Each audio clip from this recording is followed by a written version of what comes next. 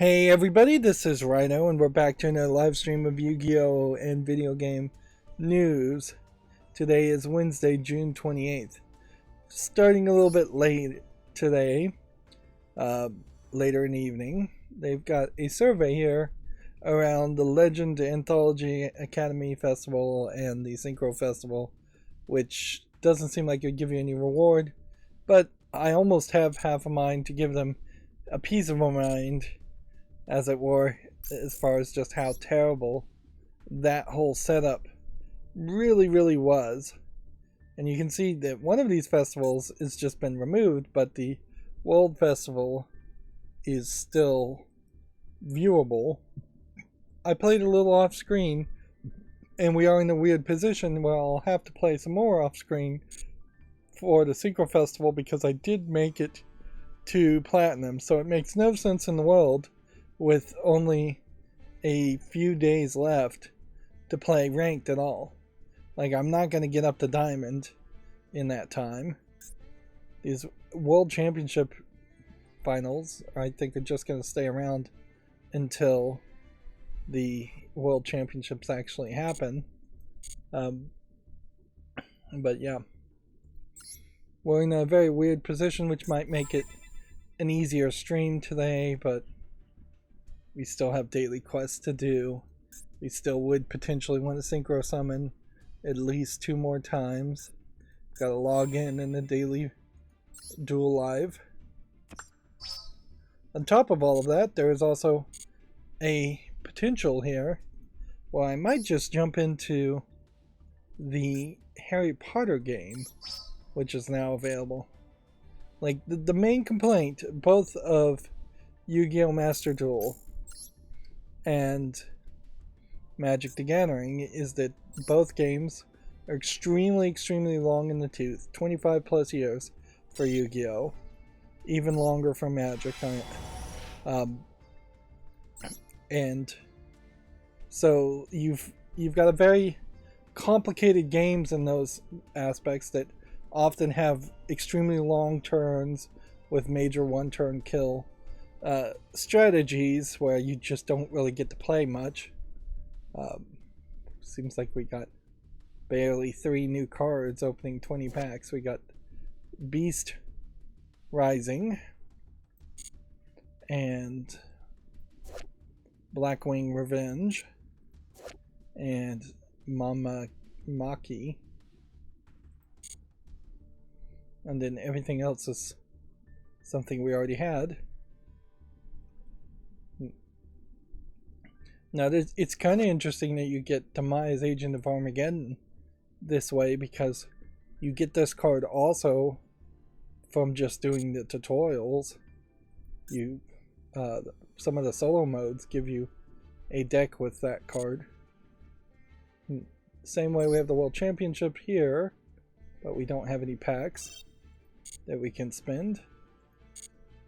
And this 14 days left, I suppose. And then we're just waiting for 14 days for this to, I suppose, change and see if we get anything else new.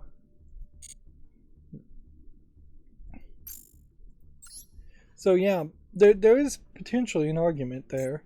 Well, dip my toe into the Harry Potter card game, see if it seems like something that could be reasonable that people might stick with.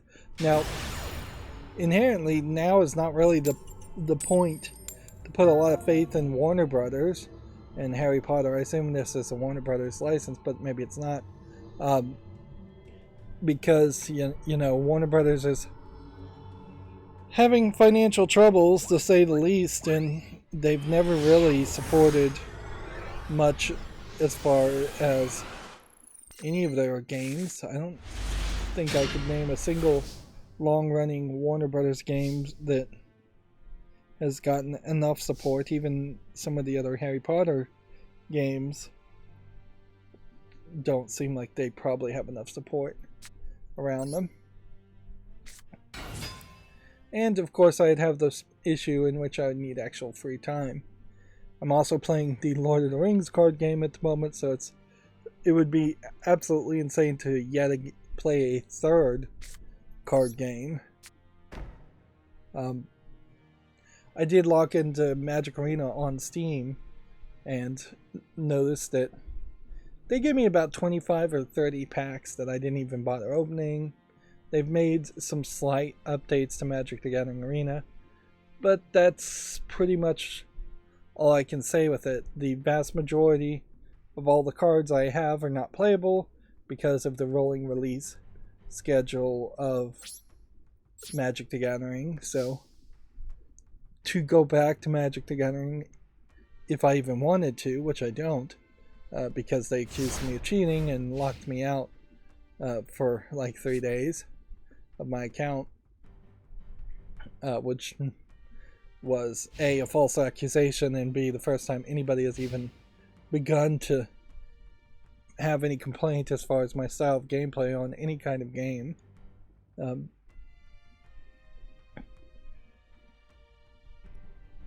So, yeah.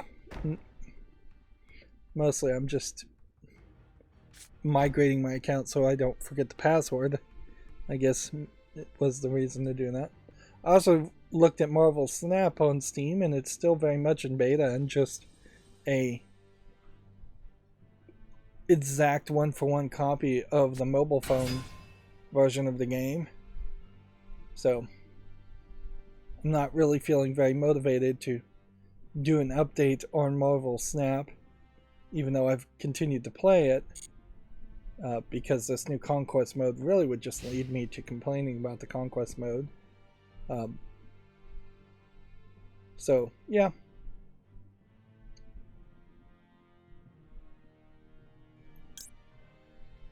What else have I been doing?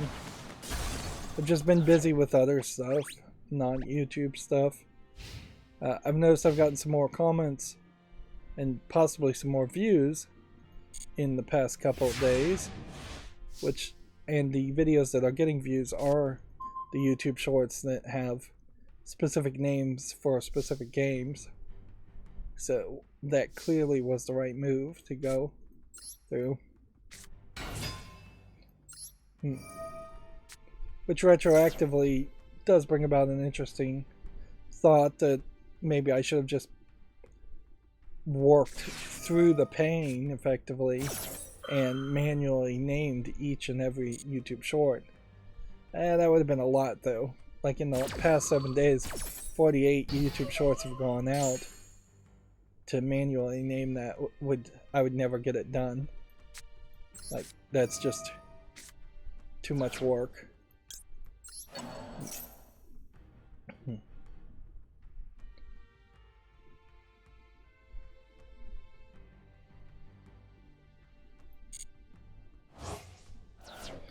Yeah, and for the foreseeable couple of days, I'm still probably going to be fairly busy. So, maybe by Monday, the hope will be that I'll be back to a fairly normal standard schedule. Of course, my schedules, particularly in the summer, have not been ever very standard. It gets hot, I fall asleep a lot. I've been sick, that also probably is having me fall asleep more, but just general insomnia has me falling asleep more. So, yeah. If anything, I hope I can just power through the Lord of the Rings card game. Then I think I might want to play Shadow of Shadow of War. Someone did a YouTube video specifically talking about how they patented that Nemesis system for Shadow of Mordor and Shadow of War, and then did absolutely nothing with it after that. So, if anything, it is a great example of how the patent system on technologies and methods and things like that is just like horribly broken. It stopped making any sense at all probably 100 to 150 years ago. The idea that somebody patented and could build a real model of a better printing press, which is what the patent system originally was, and you had to build a working model. It could be to scale, it didn't have to be a one-to-one scale, but it had to be a working model and submitted to the patent office. That's where it kind of makes sense that maybe this person has a technology and they have a thought and they deserve to be rewarded for this thought by some way, by licensing out their patented technology and method, but to make potentially a better printing press, better loom, better weaver, things like that. The problem is once you get into the digital era, where even complicated things are not things you can build a real world model on, and the patent office does not require models anymore, working models or any other kind of models at all. And the first to market benefit is now far outweighing the idea of what a patent should have benefited somebody. The monopolistic tendencies of people holding patents to dominate a market.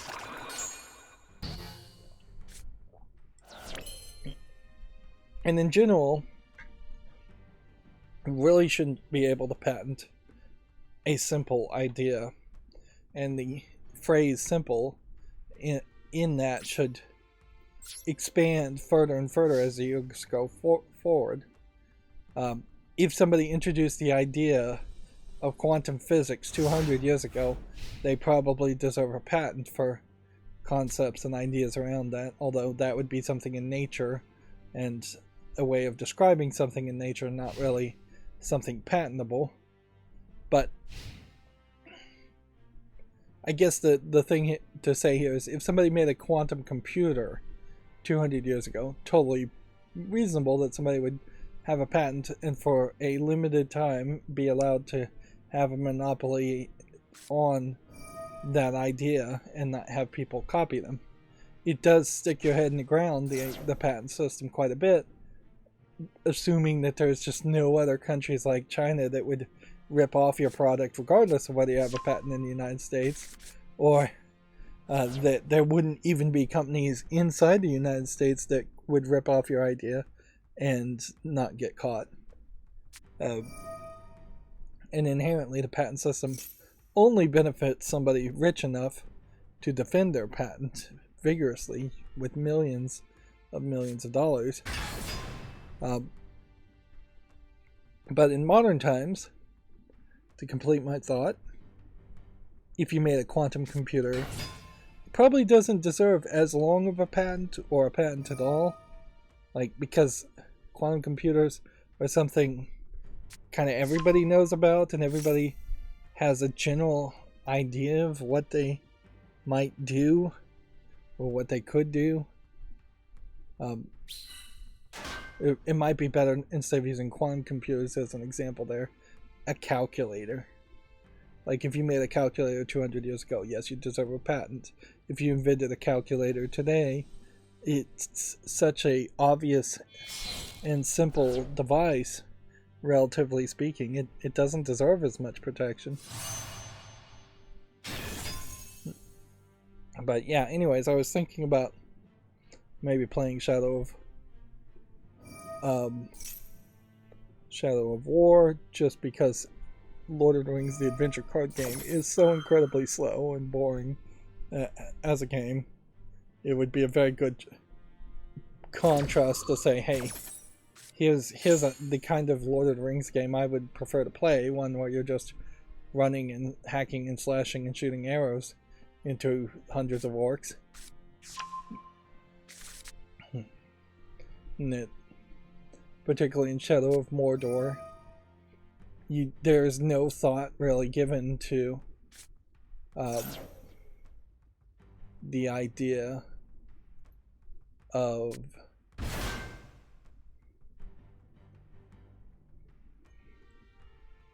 oh, what's the right word to say? Yeah, there's really no story or theming focus around Shadow of Mordor. It's just really, I'd say 90% action. Where the Lord of the Rings adventure card game gives you 10 minutes of dialogue before you even start playing a game.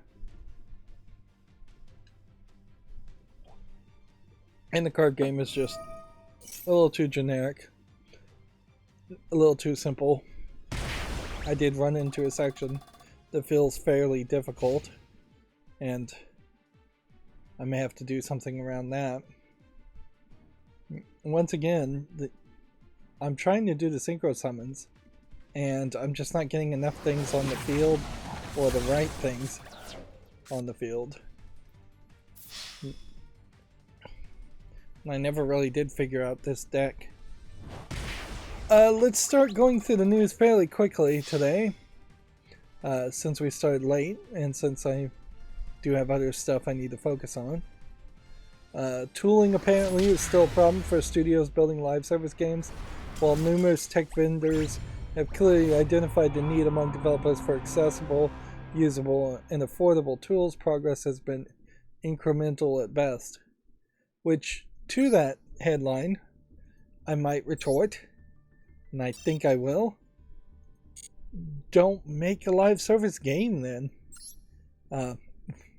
It does seem very kind of headstrong to say we're struggling to find tools that would make it easier / cheaper / faster to make live service games.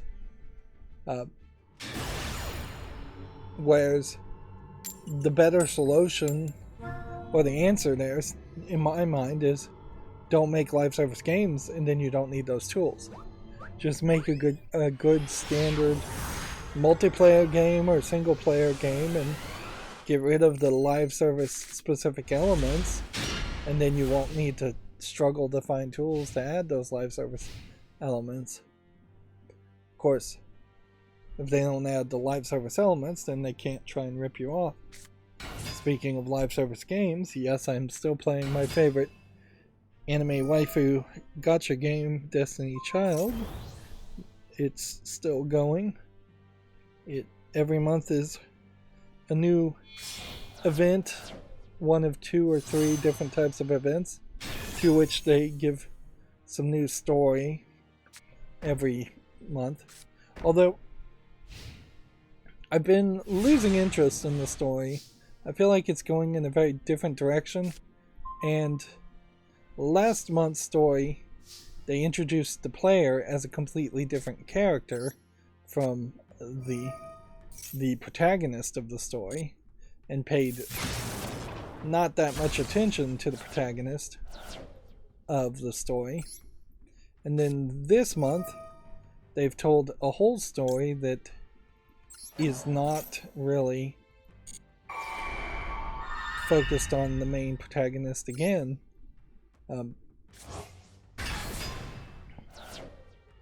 Which, yeah, overall, that just doesn't quite feel good.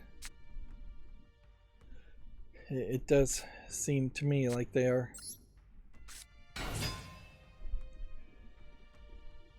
losing interest themselves in the main protagonist.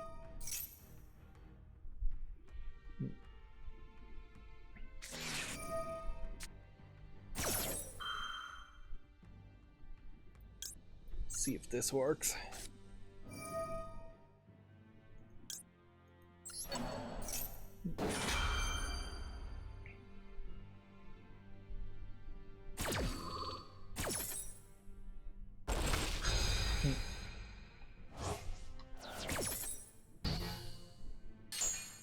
Video Games Chronicle has an article here that says poorly redacted Sony docs reveal Last of Us and Horizon sequels cost $200 million plus.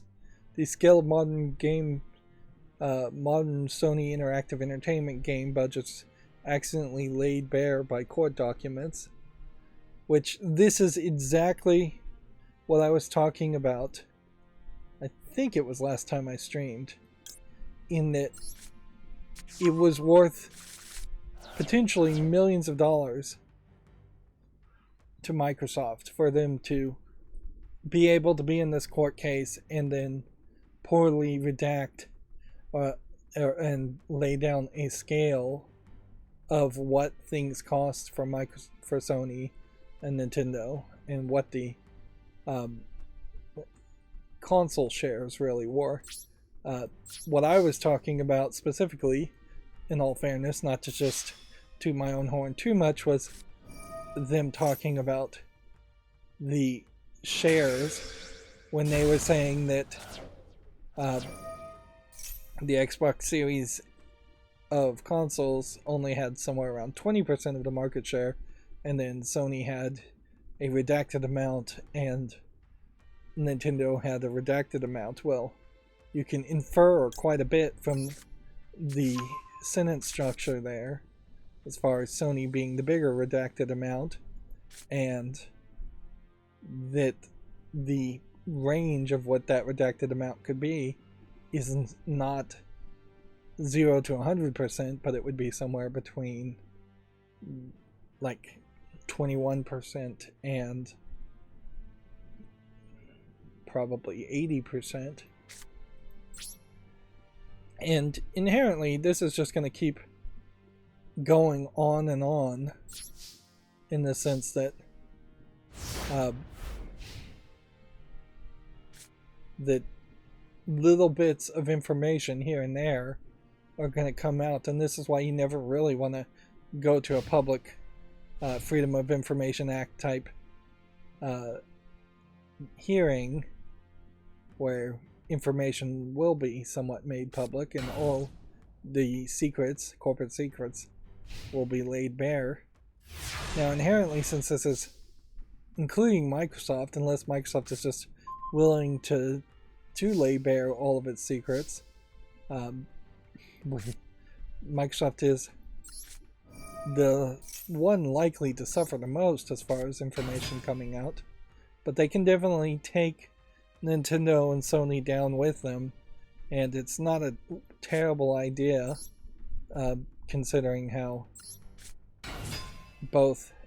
Microsoft has never really succeeded in the console world. If all of a sudden this created some kind of sentiment where people were not interested in consoles at all, Microsoft benefits fairly well from that idea. They could still sell Game Pass and PC games, and on the other hand, Microsoft, Sony would not be able to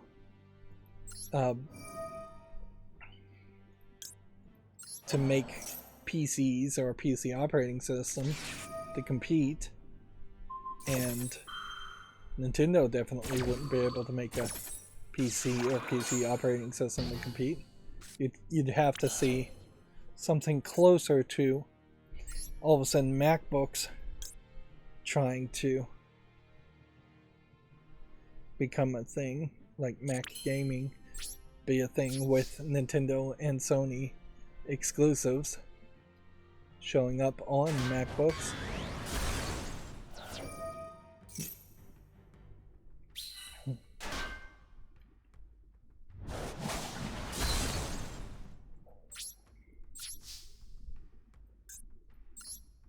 Do want to synchro summon if we can.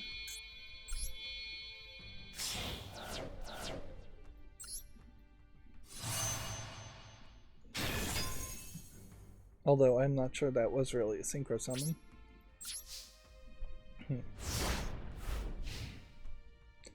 The full tweet here is from someone called Tom Warren that said Sony did a great job on document redactions ... not.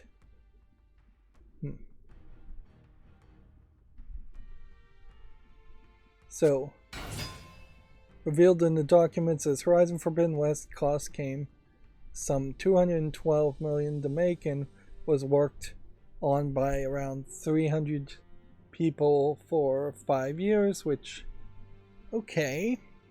Does that mean that every single person there got $1 million over 5 years?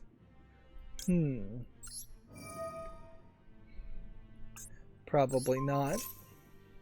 Almost certainly, but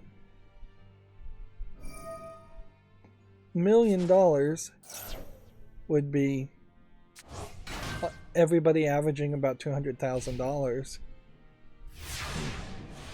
which even that seems a little unlikely, but then you could definitely balance out some of the 300 people that worked on it being QA people being paid minimum wage, and then there being some people that were getting $1 million every year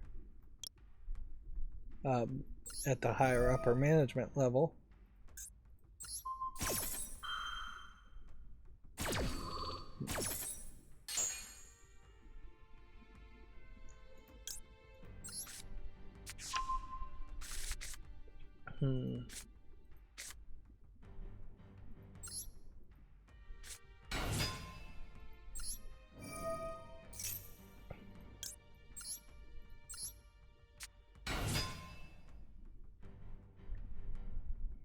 Weirdly can't synchro summon between these two.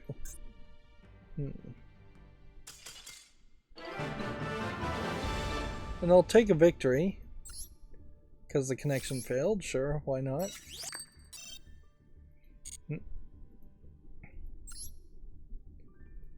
We can... We're not really likely to get all the way up here, but just getting a couple more legacy packs is not terrible as far as an idea. The story continues. Last of Us Part 2 cost some $220 million to make and was worked on by around 200 people for 5 years, which that shows that people who worked on Horizon Forbidden West were considerably, on average, underpaid. Wait, no. Yeah. People who worked on Horizon Forbidden West were considerably paid less than people on average who worked on Last of Us Part 2. It's almost exactly the same amount of money, but with 100 less employees at Last of Us Part 2. Which, if anything, the difference there could be, on average, $20,000 difference for people doing basically the exact same work. Like Last of Us Part 2, Horizon Forbidden West, it's basically the exact same kind of games from the being funded by the exact same publisher. They're both AAA games. One company doesn't really deserve to be paid more, in my opinion, just because Last of Us Part 1 sold really well. Because if you start to make the argument that companies should be paid more based on previous successes, then you'll never have any experimentation. And let's face it, a lot of game developers don't have any decisions making opportunity as far as what they're working on. Sony is notoriously in that line where Sony, as the publisher, approves what they are going to work on.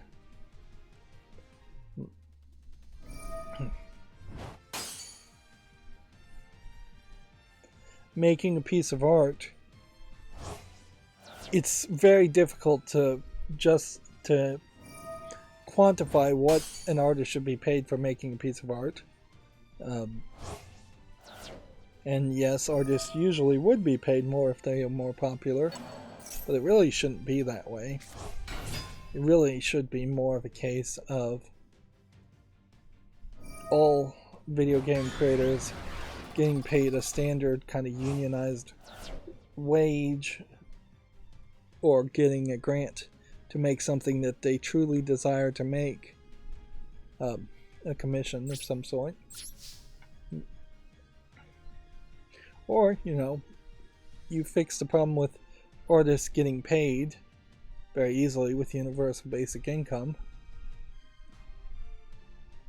Let's see. The story continues. It was already known that the modern AAA games cost over $100 million to create, but this is the first time the full scale of SIE's budget has been revealed. It's likely these figures don't include non-development costs such as marketing, so potentially $400 to $500 million spent on a game before it even makes its first sale. Layden referred to a common theory that development costs had doubled with every new console generation and claimed that the last generation games had reached between $80 million and $150 million for most AAA games. The problem with this model is it's just not sustainable. I don't think that in the next generation you can take these numbers and multiply them by 2 and think you can grow. Which certainly that would explain why there is just very heavy push to acquiring companies, is that you're trying to increase your profits by taking more margin off of a larger amount of sales instead of trying to make more profit off of single standalone games. Of course, if that logic was to be followed all the way through, then there should just be a massive amount of single A and indie games that are coming out from that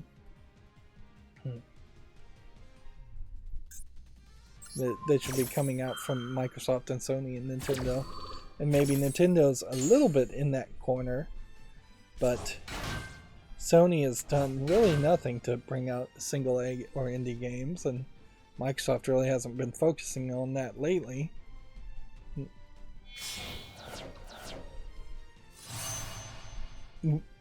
It is probably going to be the case that almost all the news we have going forward for the next few weeks is going to be around this FTC court case.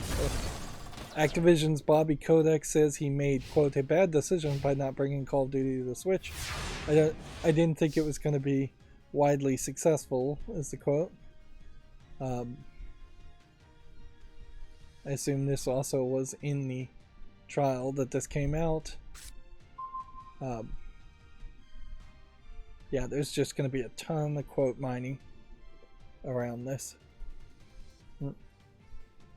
YouTube decided to suggest to me a video of showing somebody installing a mod to the Nintendo Switch OLED model, and boy, was that a hassle. In the sense that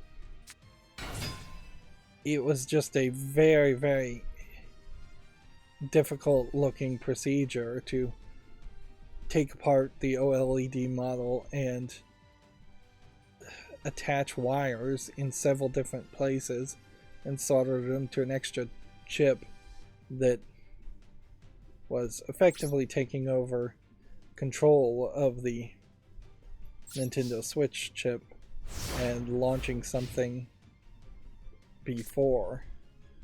So it's like a physical hardware of a bootloader virus type software, where I assume the chip is designed to let you have digital copies of games instead of having to have the Switch chips actually in there. And almost certainly it lets you launch homebrew and run ROMs and things like that. But yeah, it was the process I saw made it seem very, very unwise to go that route. If it was a simple software thing, hacking a Nintendo Switch makes a lot of sense. But if you have to literally put a flexible PCB under the RAM module and then wire 5 different points to an extra chip and add an extra chip, and you have to peel back the wireless RF shielding on the RAM and the CPU, that's just way too much. And the fact that you have to do that much really shows that the Switch is fairly locked down now. The OLED model is.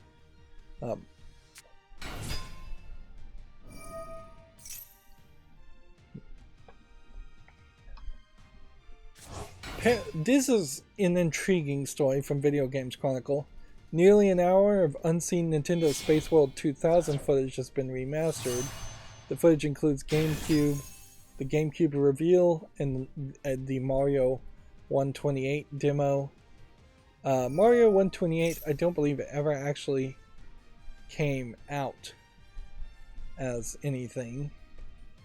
But it is very intriguing, certainly, to have these earlier presentations that, at best, here, we can show. Here, this is like VHS or beta footage. Very shaky camera being recorded, probably just for Nintendo's own personal use. It was never really designed to be shown, even at an era. Yeah, Mario 128 is just a bunch of Marios spinning around a block. They're showing off Luigi's Mansion and several other games that did come out. Now, notably, it wouldn't have been the first time that Nintendo may have put out advertisements in a VHS format, though. They definitely did that for the Nintendo 64, where they give you a short, like 15-minute VHS as an advertisement to play in your VHS player that you would have had at that point. So yeah, this footage potentially could have been cut and used. It's also kind of interesting that they're going with a kind of more Chinese way of displaying things, that this was Nintendo style at the time. You have these Japanese ladies in black leather showing off the GameCube, looking fairly militant. There was another one where they literally had like 3DSs. There's some Japanese guys also in the black leather on the sides. But yeah, even though these are bright, colorful lunchboxes, they're trying to balance this and say this is more hardcore and for older kids. You see how terrible and not locked down the camera is. Yeah, there was another time they had ladies like chained to 3DSs to show it off to, I think it was Giant Bomb told that story.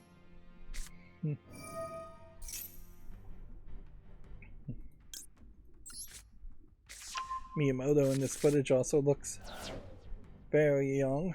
This is a lot of footage though, like 51 minutes. So here's Mario 128 being shown off. If anything, it kind of feels like it's almost a early Fortnite concept or aggro.io concept. But you can see there's not a lot here. It's just boxes and Marios. And there was absolutely no way you were going to have 128 players actually talking to each other or playing with each other in the game. So they had made a Mario 64, and they wanted to push this general idea that the GameCube was 128-bit something. Although, what would have actually been 128 bits in the GameCube, I would have to question.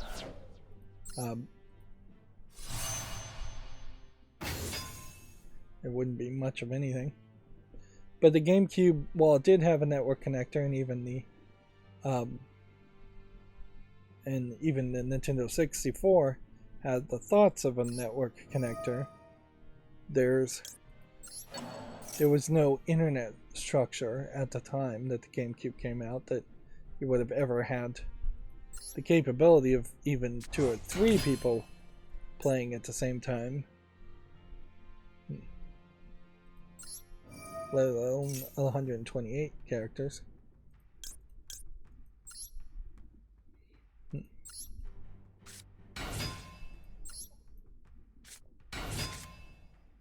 And inevitably, they eventually gave up on Mario 128 and instead made, I would say, Mario Galaxy would have been the next Mario game.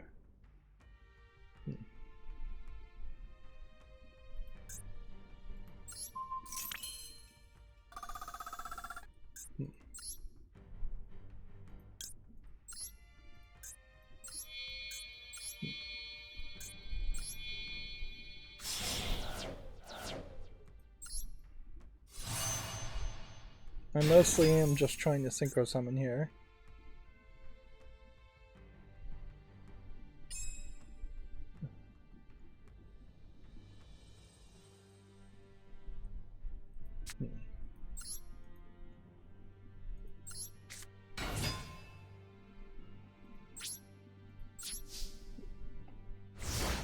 This demo for Mario 128 goes on for a very long time.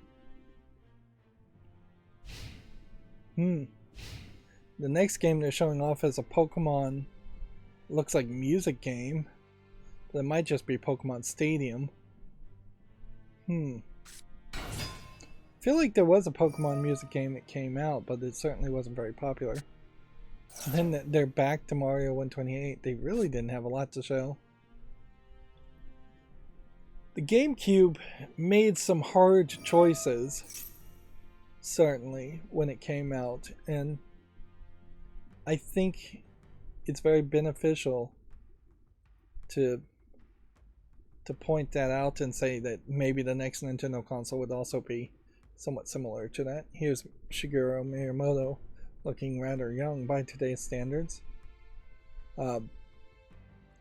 See, tech demos for the likes of Wave Race, Metroid, I guess maybe that would have been Metroid Prime, and Legend of Zelda.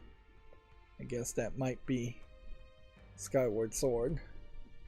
Footage of Luigi's Mansion, Star Wars, Meowth's Party, and a brief glimpse at Perfect Dark and Banjo-Kazooie, neither of which would have ultimately been released on the consoles. Now, also I would say, if this footage has been remastered, it's not been remastered particularly well. But there's only so much you can do before you're just throwing AI remastering in it and making pixels up that didn't exist on the original footage. But yeah, to get back to my thought there, the next Nintendo Switch, next Nintendo consoles, which is probably not going to be a Switch 2, would very well potentially have to make some of the big decisions that the GameCube did. The GameCube took Nintendo away from cartridges. There was not a single disc-based device that was released before the GameCube to actually use discs. There was going to be a Nintendo 64 disc drive. I don't think that came out in Japan, and I know it didn't come out in the West.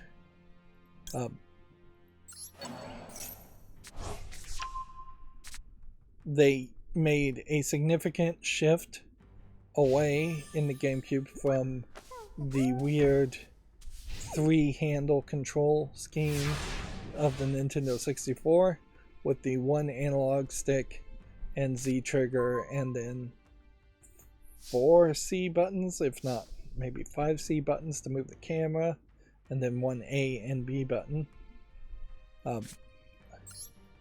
They moved to a much closer to what a modern controller would look like on the GameCube. Let me see if I can possibly bring up a picture of what the controller looked like.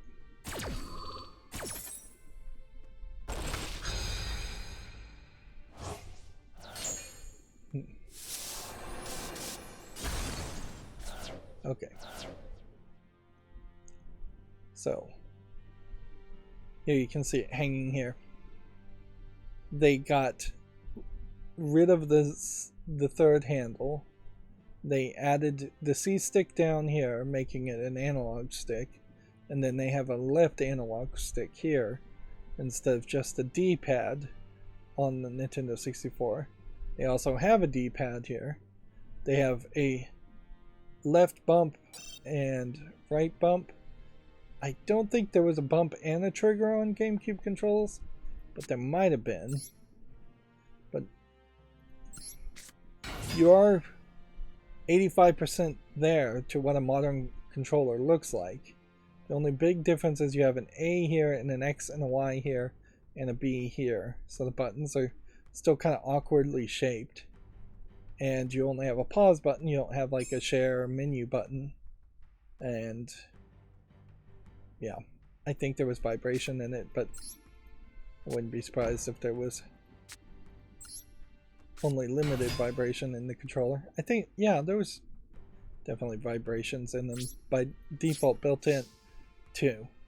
It's important to also point out here that the Nintendo 64 controller was designed to be this controller you took with you to other people's houses. So the slot, the expansion slot in the back, either gave you a vibration feature or a memory feature, but not both.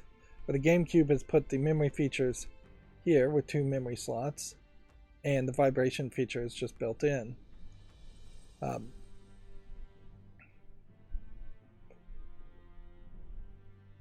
Notably, it is important to point out that all of these hard choices they made weren't particularly well received amongst Nintendo fans at the time. Drastically changing the controller again, and making it potentially feel a little bit too much like a Sega controller or a PlayStation 1 controller, was not super well received. The fact that you're dropping cartridges, so you're having to buy discs now, and the discs are just as expensive. There never was any real backward compatibility, but there was always a small hope that you could potentially put at least a Game Boy game in a Super Game Boy adapter in the Super NES. Although, notably, there wasn't really something like that for the Nintendo 64. And the GameCube actually did come out with an adapter where you could connect the Game Boy Advanced, I believe it was, to the second player slot of the GameCube, although very few games engaged with that.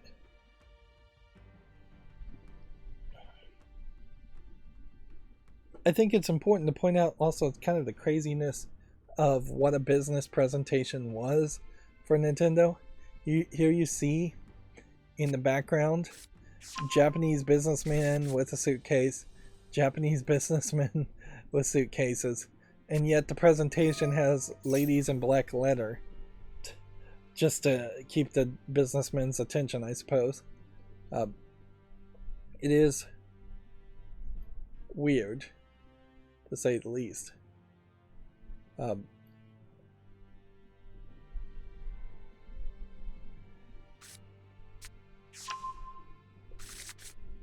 But yeah, that's really a blast from the past. But notably, I'm not really having a lot of nostalgia around GameCube games in any way, by just seeing the GameCube console. It would be a very different experience if you had if you tried to convince me to potentially have some nostalgia for GameCube games. And if I was going to have nostalgia for GameCube games, I would just emulate them or want a remastered version of it. I wanted to mention this since we started the month with the Pride Month and video game companies being mostly quiet on Twitter but and just not really that active on Twitter anymore. Anyways, I'd say Crystal Dynamics here seems like they have decided to go the furthest, in that they have a charity live stream extravaganza going on here with what I would have to say is a lady in drag who is also cosplaying, which at that point it's kind of two different things on top of each other. And I don't know what character she's really supposed to be cosplaying there, but they definitely seem to be putting their money where their mouth is as far as having a real stream and really committing to it a little bit more than most of the other companies. They're willing to put people's names and faces out there. I don't know if that inherently means these are LGBTQ plus people, or if these are just the people doing the live stream. Which I guess at a certain level it may not matter. Okay. Let's activate this ability and see what happens. But yeah.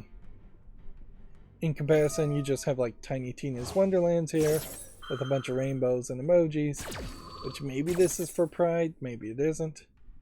And the main reason why I even was brought to my attention that Tiny Tina's Wonderlands here is that 2K Games retweeted a new shift code, which it feels like it's been a while on the shift code. Alright, 1 second, I'll be right back.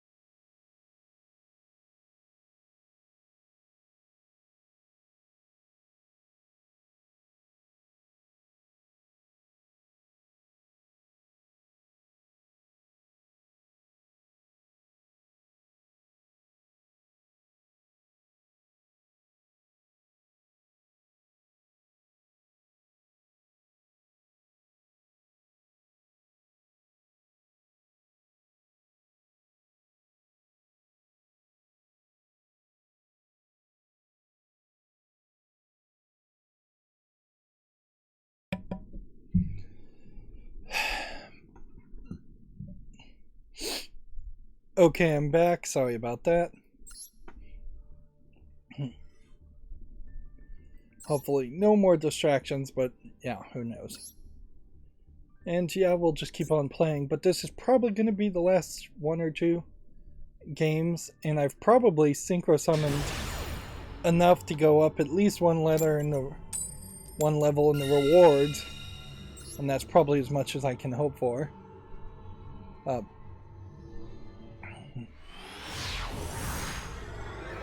So yeah, anyways, with Twitter getting rid of its API or increasing the fees to a massive amount to run APIs, I have not really been seeing any of these shift codes, which, in fairness, I guess they have been happening, not with any frequency like they used to be happening with, though. It used to be a major thing where you'd see at least one shift code a week. Now it definitely seems like you're getting one every couple of weeks, which is less for sure. Of course, then again, Borderlands is also, it can't be super popular forever, and really hasn't been super popular since probably Borderlands 2. Moving on to the next story, Video Games Chronicle says that Red Dead Redemption has been raided in Korea. A potential remaster of the 13-year-old game was reportedly in development at one point. Now, notably, this is kind of the same problem as Nintendo has with Luigi's Mansion, in that they're remastering Luigi's Mansion New Moon, which is a sort of remaster, sort of sequel to 3DS version of Luigi's Mansion, which seems to kind of draw a line in the sand and say they never would go back and remaster the original Luigi's Mansion. So you have this weird situation that if you were a huge Luigi's Mansion fan, you would have played Luigi's Mansion 3, then potentially this New Moon remaster, or played the eShop version of Luigi's Mansion that isn't remastered, and now you're going to play New Moon and just play everything out of order. Same thing, Red Dead Redemption 1 was the thing people really wanted to see, particularly on PC, and has never been released to port or ported to PC. And so when they made Red Dead Redemption 2, then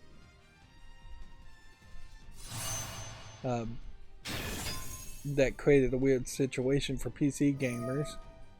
Although that doesn't inherently mean Red Dead Redemption 1, even if it is a PC port, that it will actually be a good PC port.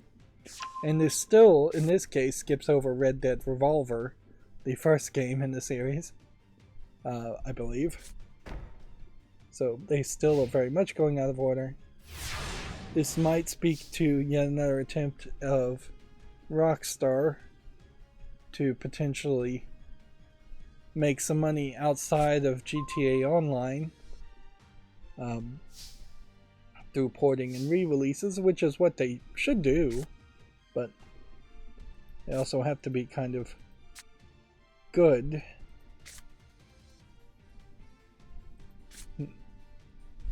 1500 or less attack.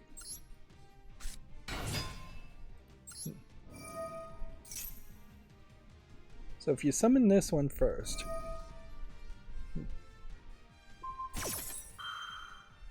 that would have potentially let me summon this.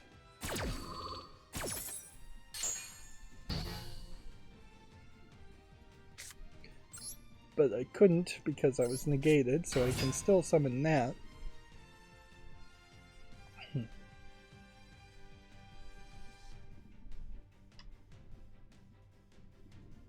We have a Gamatsu story here of a Cinerasoma studio, Somnia, Scenaris Somnia studio announcing a 1980s Japan horror adventure game called Hollow Cocoon for PC.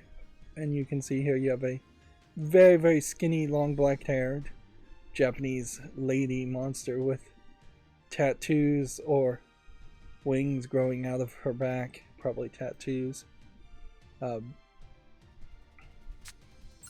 Which, yeah, that catches the eye at least a little bit.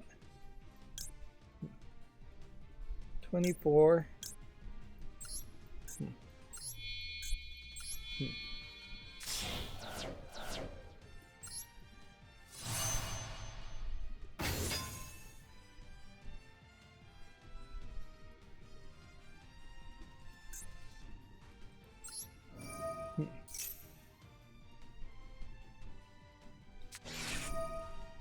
See if this effect does anything. Now, as far as what the game actually is, we seem to have just a few screenshots here to look at. Mostly just showing environmentals and probably some puzzles. In a lot of ways, it looks very much like a standard asset flip horror game. Just looking at the screenshots, you do have a slight difference here in that there's probably slightly less assets that you can flip into a 1980s Japan, and yeah, you can really see how Japan is severely changing very quickly in the 80s from its 200, 300-year-old style buildings to UFO coin games here that you can play with.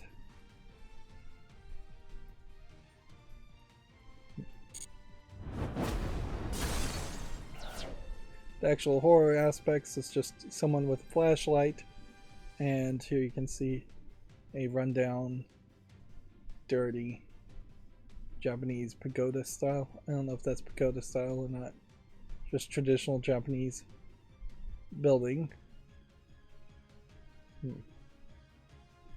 So there is this odd mix of approaching modern technology versus old architecture.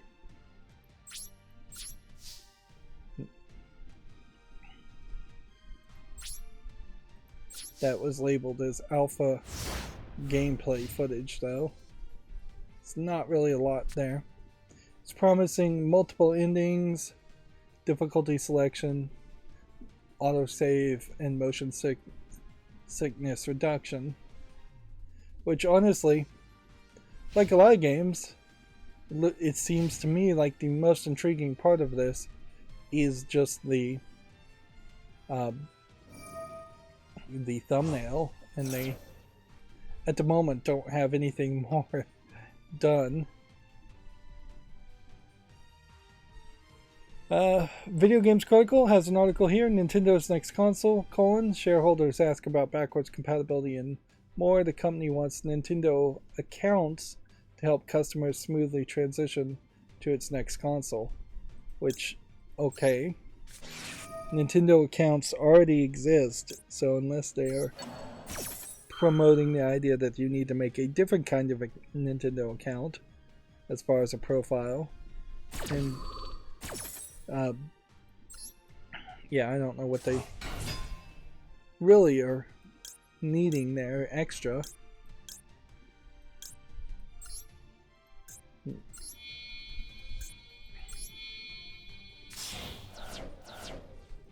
It does imply to me that Nintendo accounts in their minds may move save files over and may move downloaded files over, so things you bought on the eShop would be transferable in some way to the new console. I don't know if I really believe that the cartridges that go in this next Nintendo console are going to be the same as Switch cartridges. or that any of those games are going to be backwards compatible. Let's see if they answered any of the questions.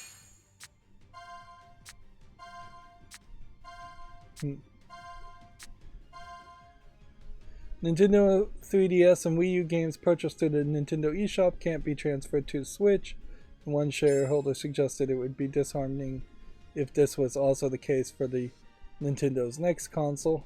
So basically all we're going to get is what the shareholders in Japan feel, which on a certain level I kind of put more faith in Japanese shareholders than I do in Western shareholders, because I wouldn't be surprised if a significant number of people who do own shares in Japan, Nintendo of Japan, actually are video gamers and fans of Nintendo, whereas Nintendo of America's shareholders, assuming that was a public company, which I don't believe it is, it's probably a whole subsidiary of Nintendo of Japan, but if it was a public company, almost certainly the vast majority of people who are shareholders in Nintendo of America would just be stockbrokers and people trying to make money and profit over everything else.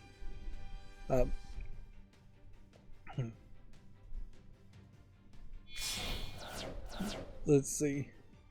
The response that they got closest it can be translated to, I guess, is we are always considering various things about the specifications of future hardware, but at this stage I would like to refrain from making any specific comments about future hardware, so basically no comment. As for the sales style of Nintendo Switch software, there are different types like physical package software, bought in stores, download versions of package software, and download only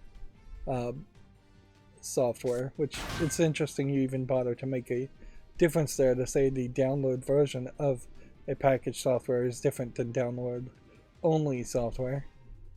Many of our customers have been playing the Nintendo Switch with download software or download only software, and compared to previous game consoles, the ratio of digital sales has been increasing, which is true for all consoles.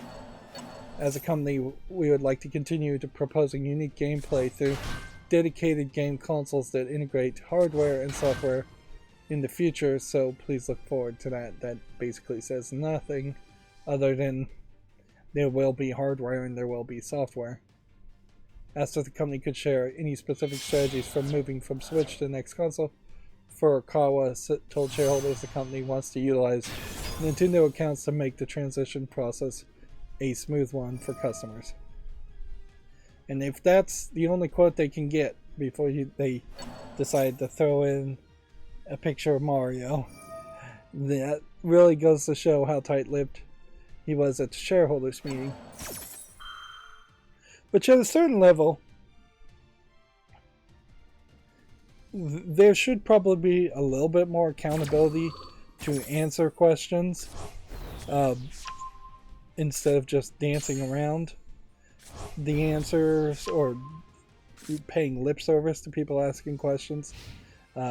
It comes off a lot more like one of those city hall meetings where you just have people, a lot of crazy people often, asking questions at City Hall, and the politicians either not responding at all or just saying thank you for your comments and just not really paying attention at all. Or politicians being asked questions from voters or even reporters and them just saying no comment. Like, there should be more votes of no confidence around these people who are willing to basically say nothing. And I suppose as a shareholder you could try and vote out the president, but I doubt the Japanese ever would do that.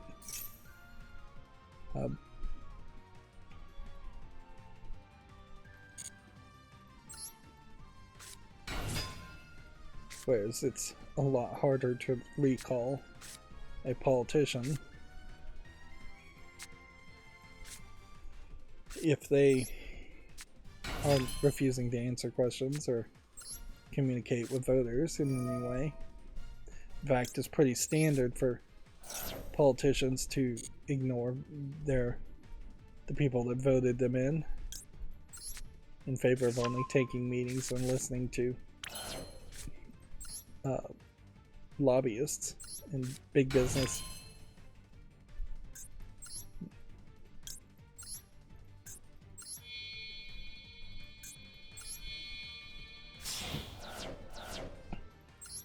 I doubt I'm gonna win here, but we are getting synchro summons.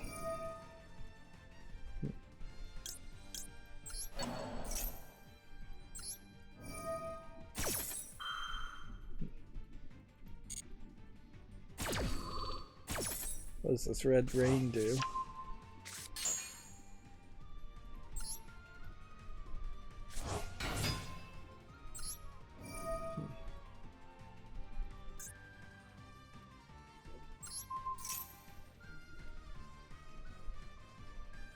I think this is going to give me 6,000 life points back.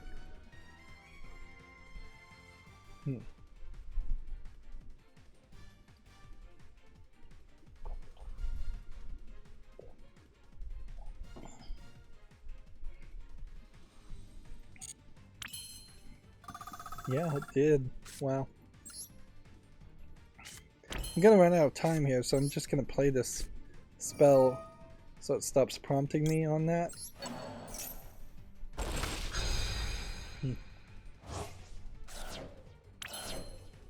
And special summon here.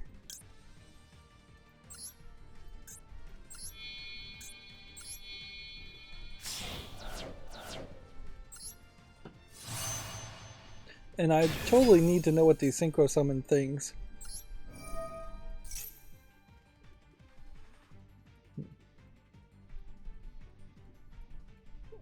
I would totally need to know the special abilities of each of these cards to have any way to really play a strategy with these cards. But it doesn't really matter.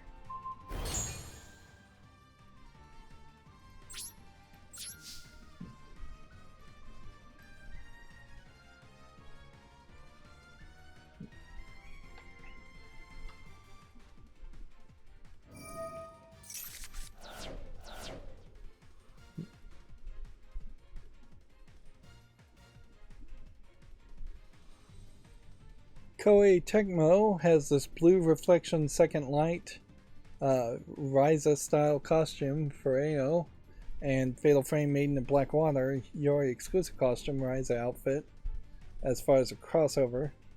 And this is what caught my attention, even though they kind of have some more things they've retweeted since then, and they mostly are trying to promote Wulong Fallen Dynasty.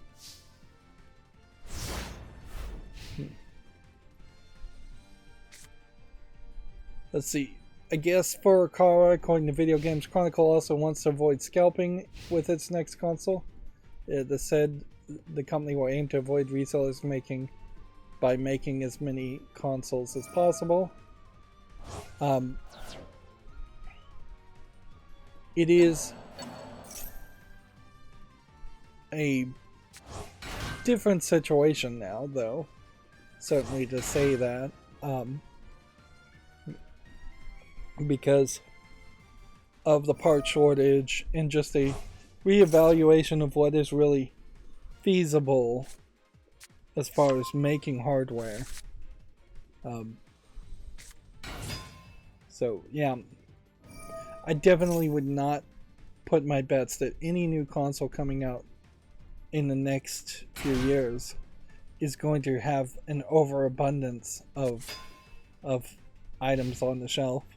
Plus, the economy is just not that good, and I don't expect it to get that much better in the next couple of years. So you have this situation where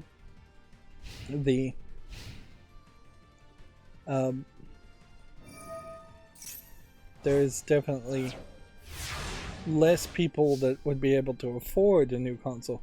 Unless Nintendo goes in a very different direction. Like, Nintendo probably could make as many consoles as it wants to. Interesting. I won there. I don't wonder why he surrendered. Seemed like he was going to win no matter what. And so where we are at here is 7,400. We could go, it would take another victory and 2 losses to get these 2, then 2 more victories to get here, then 2 more victories to get here, and 2 more victories to get there.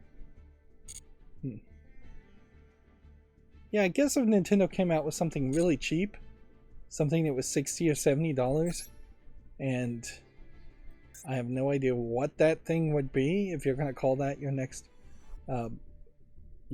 console. But yeah, if all of a sudden it was some kind of streaming device like a Firefly, what is it? Fire Stick, Amazon Fire Stick? Yeah.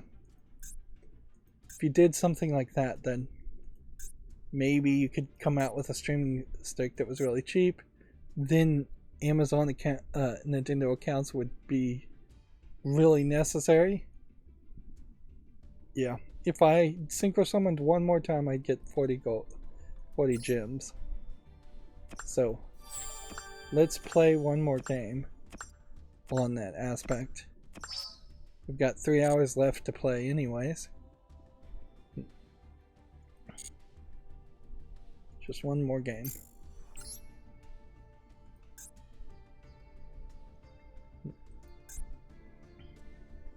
But yeah, unless it was a Amazon Fire Stick that just streamed completely and it came with one very cheap Joy-Con like controller that was wireless only, and then you had to buy a second controller to play potentially with a 2 Joy-Con style of gameplay.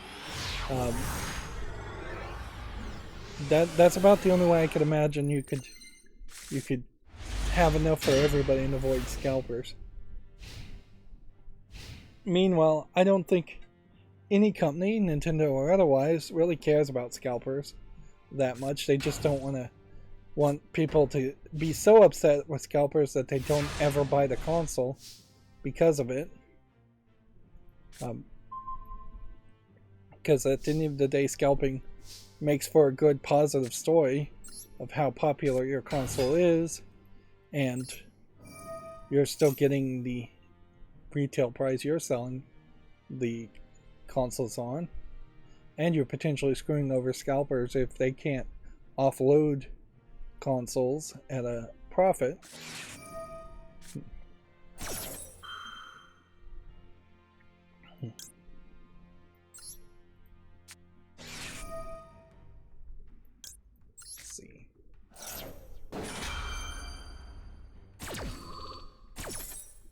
I almost feel like I should surrender after I synchro summon, but I don't think it's the wisest move to do that.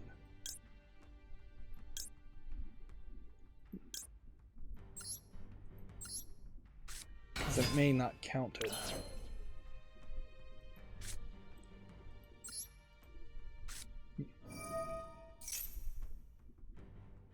I have no idea what should be summoning or drawing.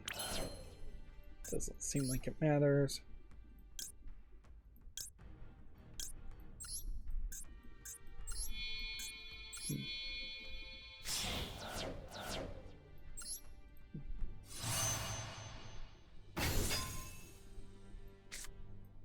Well, I guess maybe it does matter somewhat.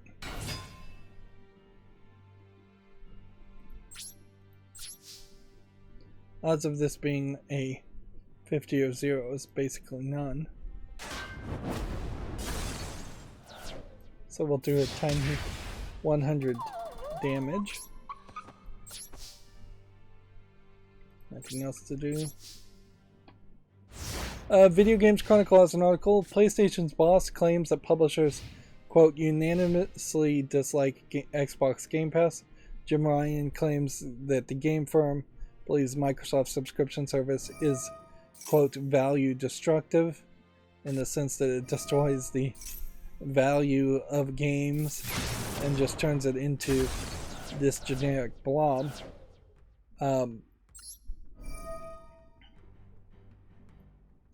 it's an interesting thought, certainly, to say that if you were to look at like the Netflix system, which would be the closest comparison I can think of,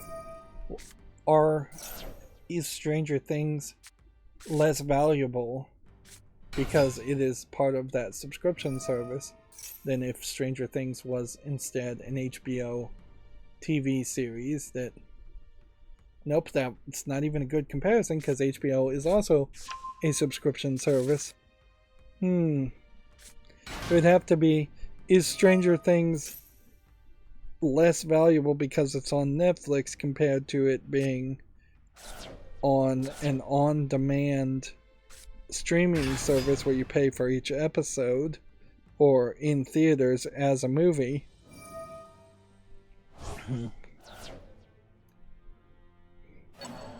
Or a series of movies, I guess, would be the kind of idea. Particularly that latest season of Stranger Things, where almost every episode is as long as a movie.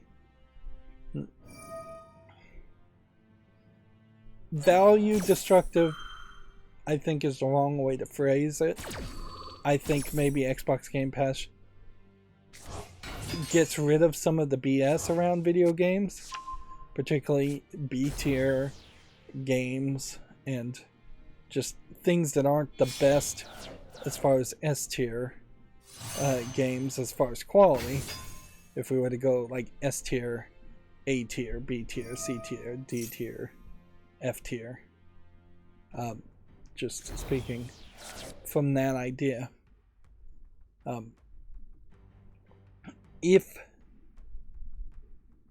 Xbox really is value destructive and this isn't just more nonsense from Jim Ryan, then why would Microsoft be so willing to put Psychonauts 2, the Minecraft Legends game, Grounded, Microsoft Flight Simulator, and Age of Empires, I believe this is. I think each of these are major first-party titles on Xbox Game Pass day one.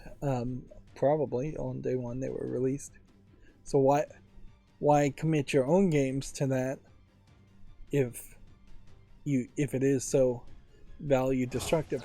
And the bigger question is, even if this was true, I think Microsoft deserves a pat on the back for how well they have managed to get companies to come out and say the exact opposite. Because I definitely have heard small indie companies say that Xbox Game Pass was great for their game, and they had way more people play their game once it entered Xbox Game Pass territory than who would have played it otherwise if they had just tried to sell it. Some of these games definitely were games that were individual PC games that got ported to Xbox and Game Pass, and then they got way more attention because of it. It's a curation feature that I think works very well.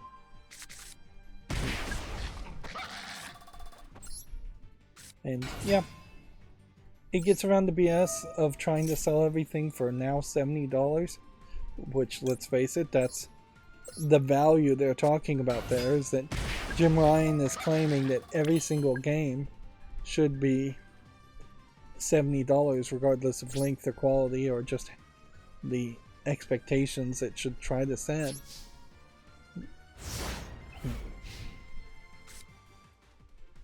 There's another story around Minecraft that's worth mentioning too, in that Mojang has officially pulled itself away from Reddit. That they just don't want anything to do with Reddit, so r/Minecraft probably will still exist, but I don't think that they are keeping that Mojang is going to have anything to do with Reddit going forward, and that's one big loss. But overall, I think we can say that the protests failed pretty miserably because they set a timer on it in the first place. To say that there would be a one-day protest or a two-day protest was a mistake. It should have been an indefinite protest with background plans that weren't announced to potentially delete or destroy the value of Reddits. Now, at a certain point, you might create a scenario where people remember Reddit going down in flames because the moderators all decided to drag Reddit down into flames. But fair enough, at a certain point, too. Like, there's a real problem, it feels like, now that Reddit has managed to whip all of its free unpaid moderators into line with just the threat of taking away their pathetic power over subreddits, to the point where Reddit is getting the message they can do anything they want, and people will still go to Reddit and still use Reddit, and it will just become this potentially slightly censored version of what Reddit once was, in that everything will fall in line, everything will have this facade of still working like it used to, but there'll be a little bit of censorship here if anybody mentions the protest or anybody mentions the API changes, and overall the product will just get worse and worse over a very slow period of time, instead of it potentially dying in a fast period of time, which would have forced more users potentially to go somewhere different. Although their main problem always was that there was just not a good competitor to Reddit. And there's too many people that want to go to Reddit just for the things that they want to go to.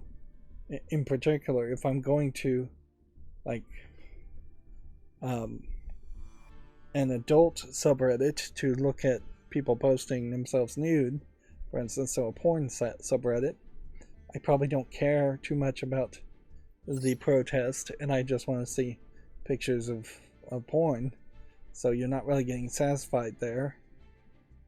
If I'm going to a programming subreddit and want to talk about a program or get some help with programming or something like that, I don't care about the protest. Whatever reason you're actually going to as an end user of Reddit is the reason you're going there, and the protests aren't a big enough deal to justify shutting down the entire forums, and there's no other way to really protest effectively. It also seems, according to Google, that when Reddit did shut down in protest, you had a significant drop in quality of search results all of a sudden, because a bunch of other websites who are just search engine optimization spammed websites jumped to the first few clicks on a Google search, which that's a problem in itself, that Reddit potentially is taking up a major percentage of the internet as far as the main forum in which you can find things. And Discord, I don't think really addresses that. I don't think there's a way to have your Discord indexed or anything like that so that it would show up in a Google search when somebody has a problem with, like, a piece of programming or a piece of hardware. So if we all went to this federated concept, it also has to have a way of being searchable if you so choose, and it has a way to be kind of undeletable. Well, it seems like Yu-Gi-Oh! Doesn't want to work anymore, which is fine. We're done anyways. Tyler McVickerson and Edmund McMillan, who both worked on The Binding of Isaac, apparently are streaming and working on The Binding of Isaac once again. So, seems to me like there's maybe some new content coming from them, or at least some bug fixing. Although I guess at a certain level, the bug fixing and all of that probably shouldn't be handled by them, because they have a whole other company that's in charge of binding of Isaac now. Team Nicholas, I believe is the name of that. So if they're going to work on anything, they should be working on working on new content. Speaking of working on new content, Unity has rolled out some artificial intelligence tools in a marketplace for game developers. Unity's AI tools include a content creation tool called Unity Muse and a runtime interface engine called Unity Synthesis, which this definitely feels like this is just another desperate attempt / nail in the coffin of Unity, and that they are now encouraging people who use their software, to use AI, which is going to cause some weirdness, almost certainly. There's also still no way, like, that you could use something that uses AI and then end up being able to own the copyright of that thing created. So yeah, because the court cases have already clearly said you can only own the copyright if a human creates something, and at a certain point we're already stretching the definition of what a person is, because we give personhood to corporations. So we can say a corporation created something, but there still needs to be a human hand behind it fully. At least that's how the court systems and decisions have gone so far. Apparently, Harry Potter here. Harry Potter Magic Awakened is now available. What is it available on, though? You have a different art style. If anything, I think the Harry Potter series has gone in a lot of different directions with a lot of different animations. Apparently you can explore and challenge others, but this is a card game. So, if anything, it seems like it's a weirdly complicated card game. Because it seems to me like you've got 4 or 5 different wizards fighting 4 or 5 different enemies. So, do you play a card and then it just puts them in a lane, or do they just auto attack no matter what? I'm not sure. Pre-registration rewards we probably missed. Discord community being promoted. This is, I think, for Warner Brothers. Seasonal cards, social club, dance club, seasonal updates. There is definitely a danger here that the card game may not be quite polished enough, or that the card game could be a little too kid friendly. Now I am noticing still you have a decent number of people. Oh, sorry, this is still blurred. Now this is interesting. It looks pitch black in my preview, but there's clearly a background pattern on this page.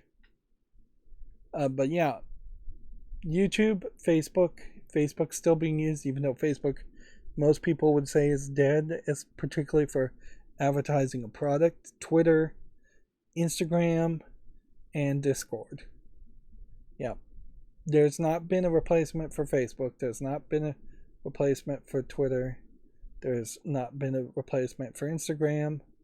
Tumblr is the only one that really has managed to completely fail as a social site to promote your product on. Yep, this is Warner Brothers and NetEase and maybe Zen Studios. Portakey Games. Seems like a lot. While we do have links to different things here, there's weirdly not a link to just where you would download this. So, do you have to play it on a website? Game overview gallery.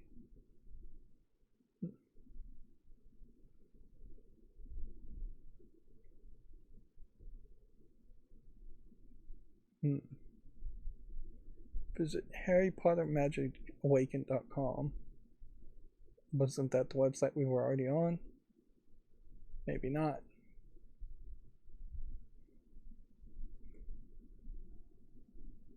Okay. So there is a PC download, there's a Google Play, and there's an App Store version. I like this art style. I don't know if it particularly falls in line with what people think of when they think of Harry Potter, but it doesn't look terrible. Harry Potter, I guess, is a fairly new concept. It was somewhat solidified with the movies, but they're, I think, going to try. Yeah, I think my autoblur might be enabled already. Whoops. They may very well try to redo the Harry Potter movies. It wouldn't be terrible if they made an animated series that looked like this around the Harry Potter books first, and then they tried to do live action again, just as a way of doing a TikTok concept. But yeah, here you have Harry Potter, and they're not even really focusing on it. Here we have Hermione, and I wouldn't have immediately assumed that was her. And then I don't even know who Newt is. And then Severus Snape looks about right, but Bellatrix Lestrange looks very different.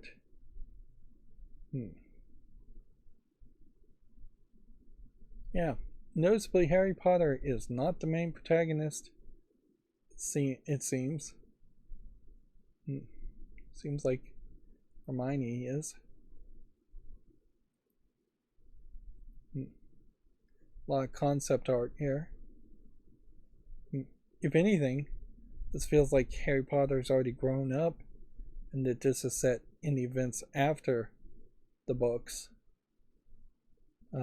Which, okay, that might make some sense too. Although then would Harry Potter still be around, and would Severus Snape still be around at that point? Yeah, and I don't know who this girl is and who this girl is, so it definitely feels like there is definitely a female focus. Alright, well, I will have to download this or see if it's on Steam. You would think there would be a link if it was on Steam, and see if there's something there that would be interesting enough to get away from playing Yu-Gi-Oh, which they're arguably, that's going to be a somewhat hard sell. Yeah, there is a lot of controversy still around the author of Harry Potter, and she's just always coming up and causing more controversy. So I don't know if I really want to jump into playing a Harry Potter game.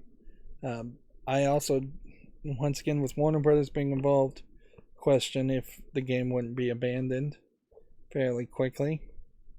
It is noteworthy also that not the latest Harry Potter game, but the one before that was a mobile game with a lot of microtransactions and was very poorly received, even though there was a lot of hype around it. There's considerably less hype around this game since I haven't even heard of it before, and yet there is still that danger.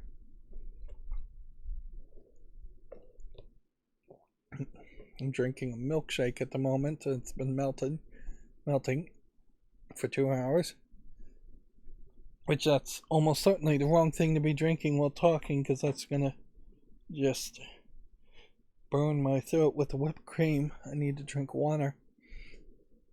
We have a Komatsu article here that says Microsoft considered Bungie and Sega for future acquisitions.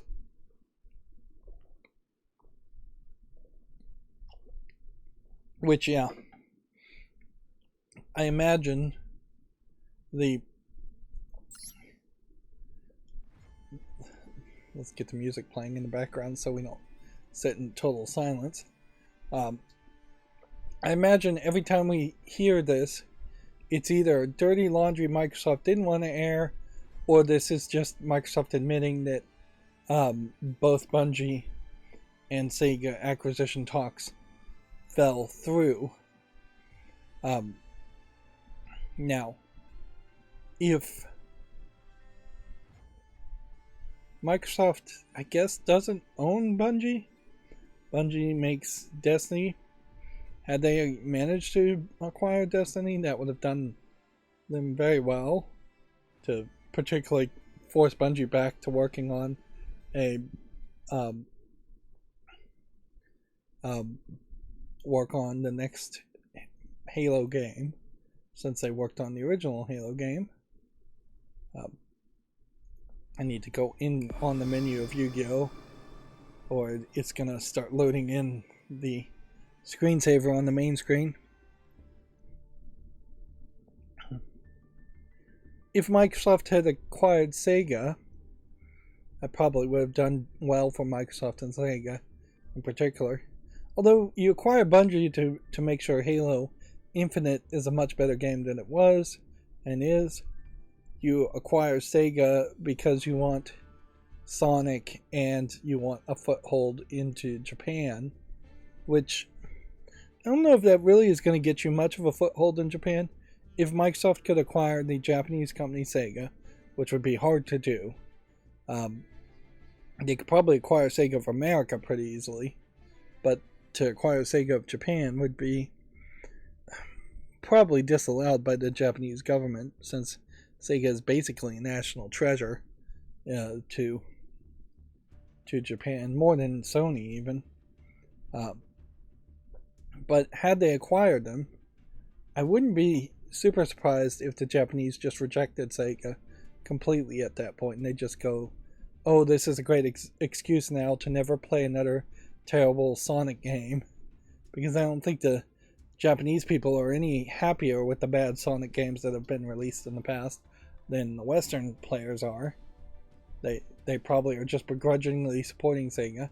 On top of that, Sega might have been a good deal after the COVID pandemic and them shutting down all of their arcades, but they potentially may have recouped from that somewhat, and so they may not really be that good of a deal as far as an acquisition now.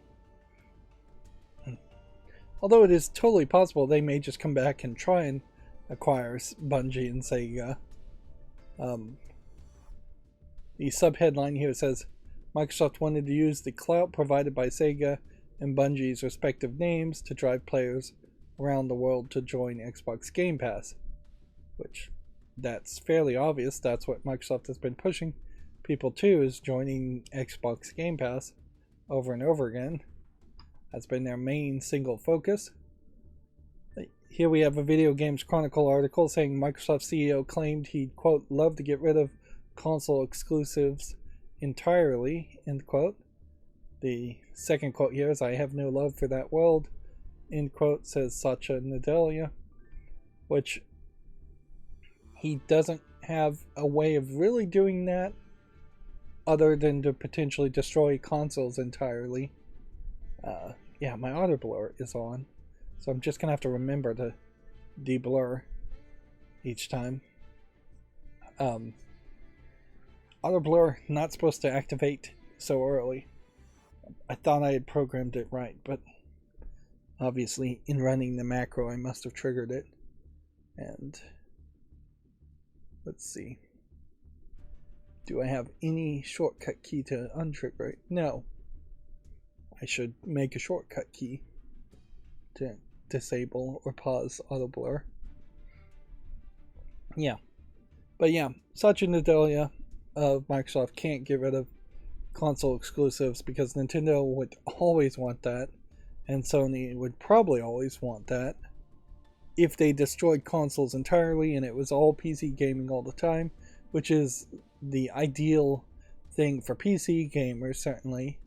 Then you get rid of console exclusives because you've gotten rid of consoles.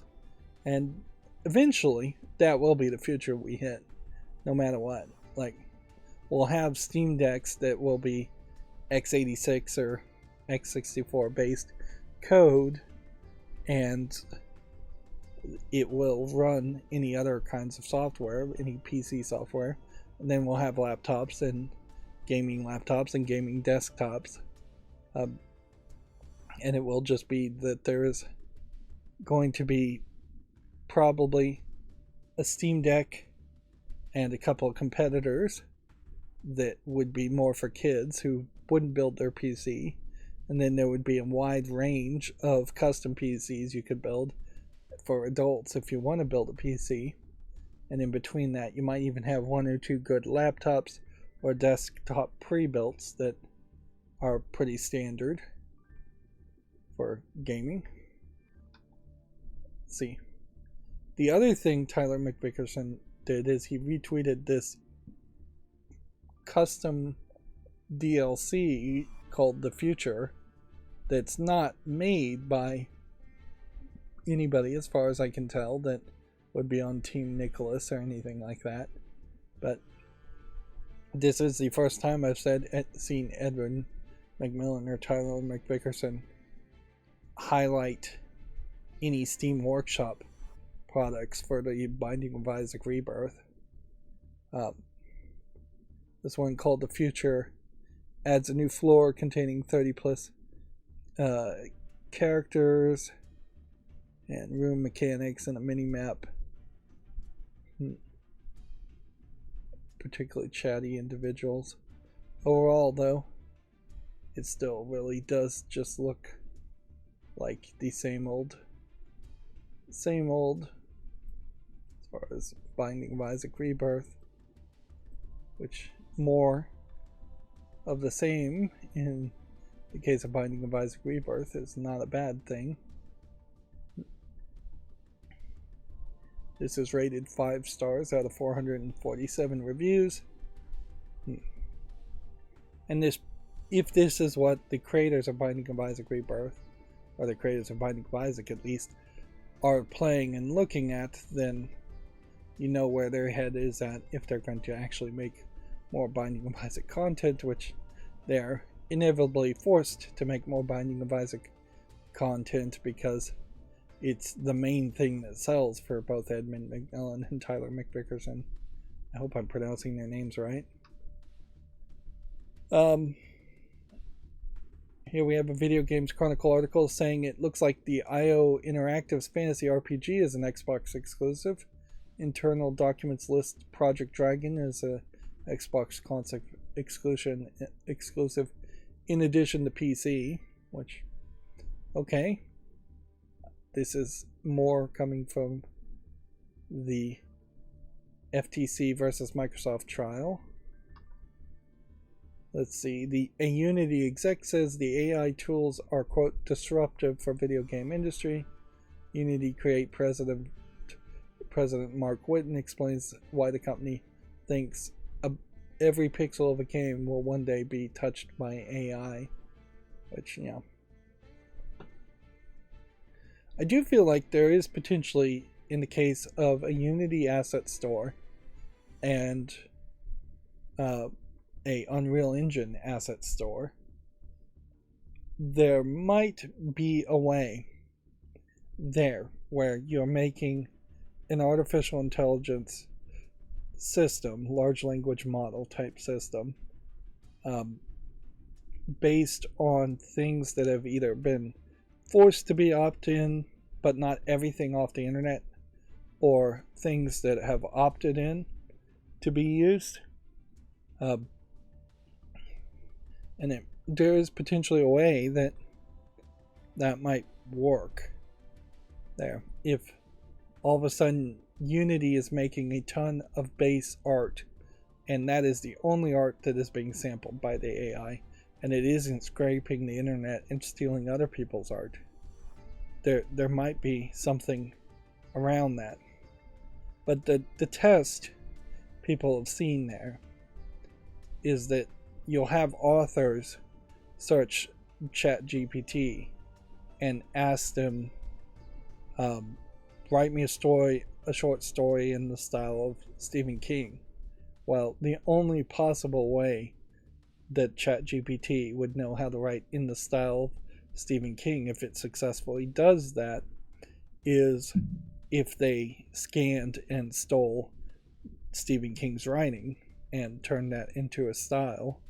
And even if they're just stealing his style and aping him, it's a little too close for comfort for most people's opinions.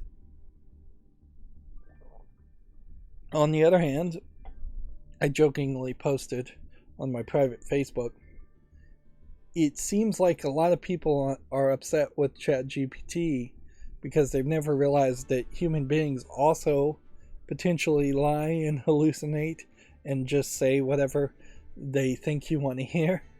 Because, yeah,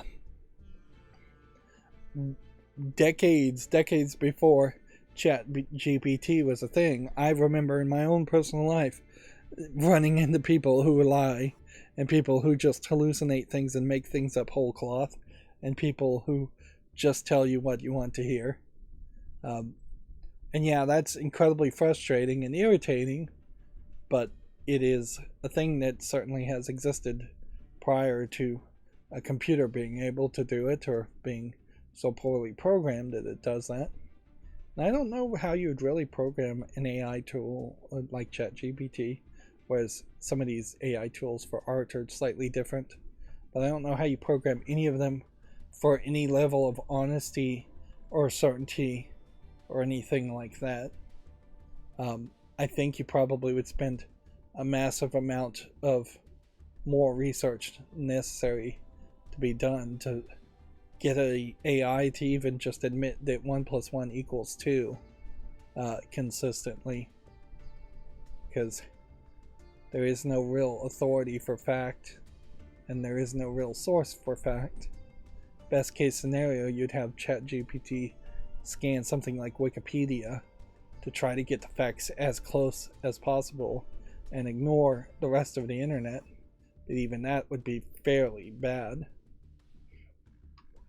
Yeah, the auto blur is on, so the auto blur does work in its main function. It just is having trouble as far as the triggering function to turn it on. Shenmue's creator Yu Suzuki's Air Twister is coming to consoles and PC next November, according to Video Games Chronicle. This was, I believe, an Apple TV game originally, or an Apple product originally. It doesn't really look like much, but it's kind of pretty looking. I could see people trying it out, but I doubt people would stick with it for very long. Asterix and Obelix Slapped 'Em All 2 has been announced for all consoles and PC, according to Gamatsu. I don't know why I specifically clicked on this, other than to just potentially point out that Asterix and Obelix still seem to be popular. The Atelier Ryza shipments have topped 2 million sales, 400,000 units shipped since March 17th. And here they have another thank you picture showing off the thighs. Although, at a certain point here, the hype around Atelier Ryza has to kind of die down pretty soon. Yes, it will still sell, but they need to start promoting the next Atelier series, or they're going to get trapped in nostalgia around the Atelier Ryza series, and then potentially have to decide to make fewer Atelier games than they would like to, which they seem to like to make quite a bit of them. Let's see. More Harry Potter Awakened stuff.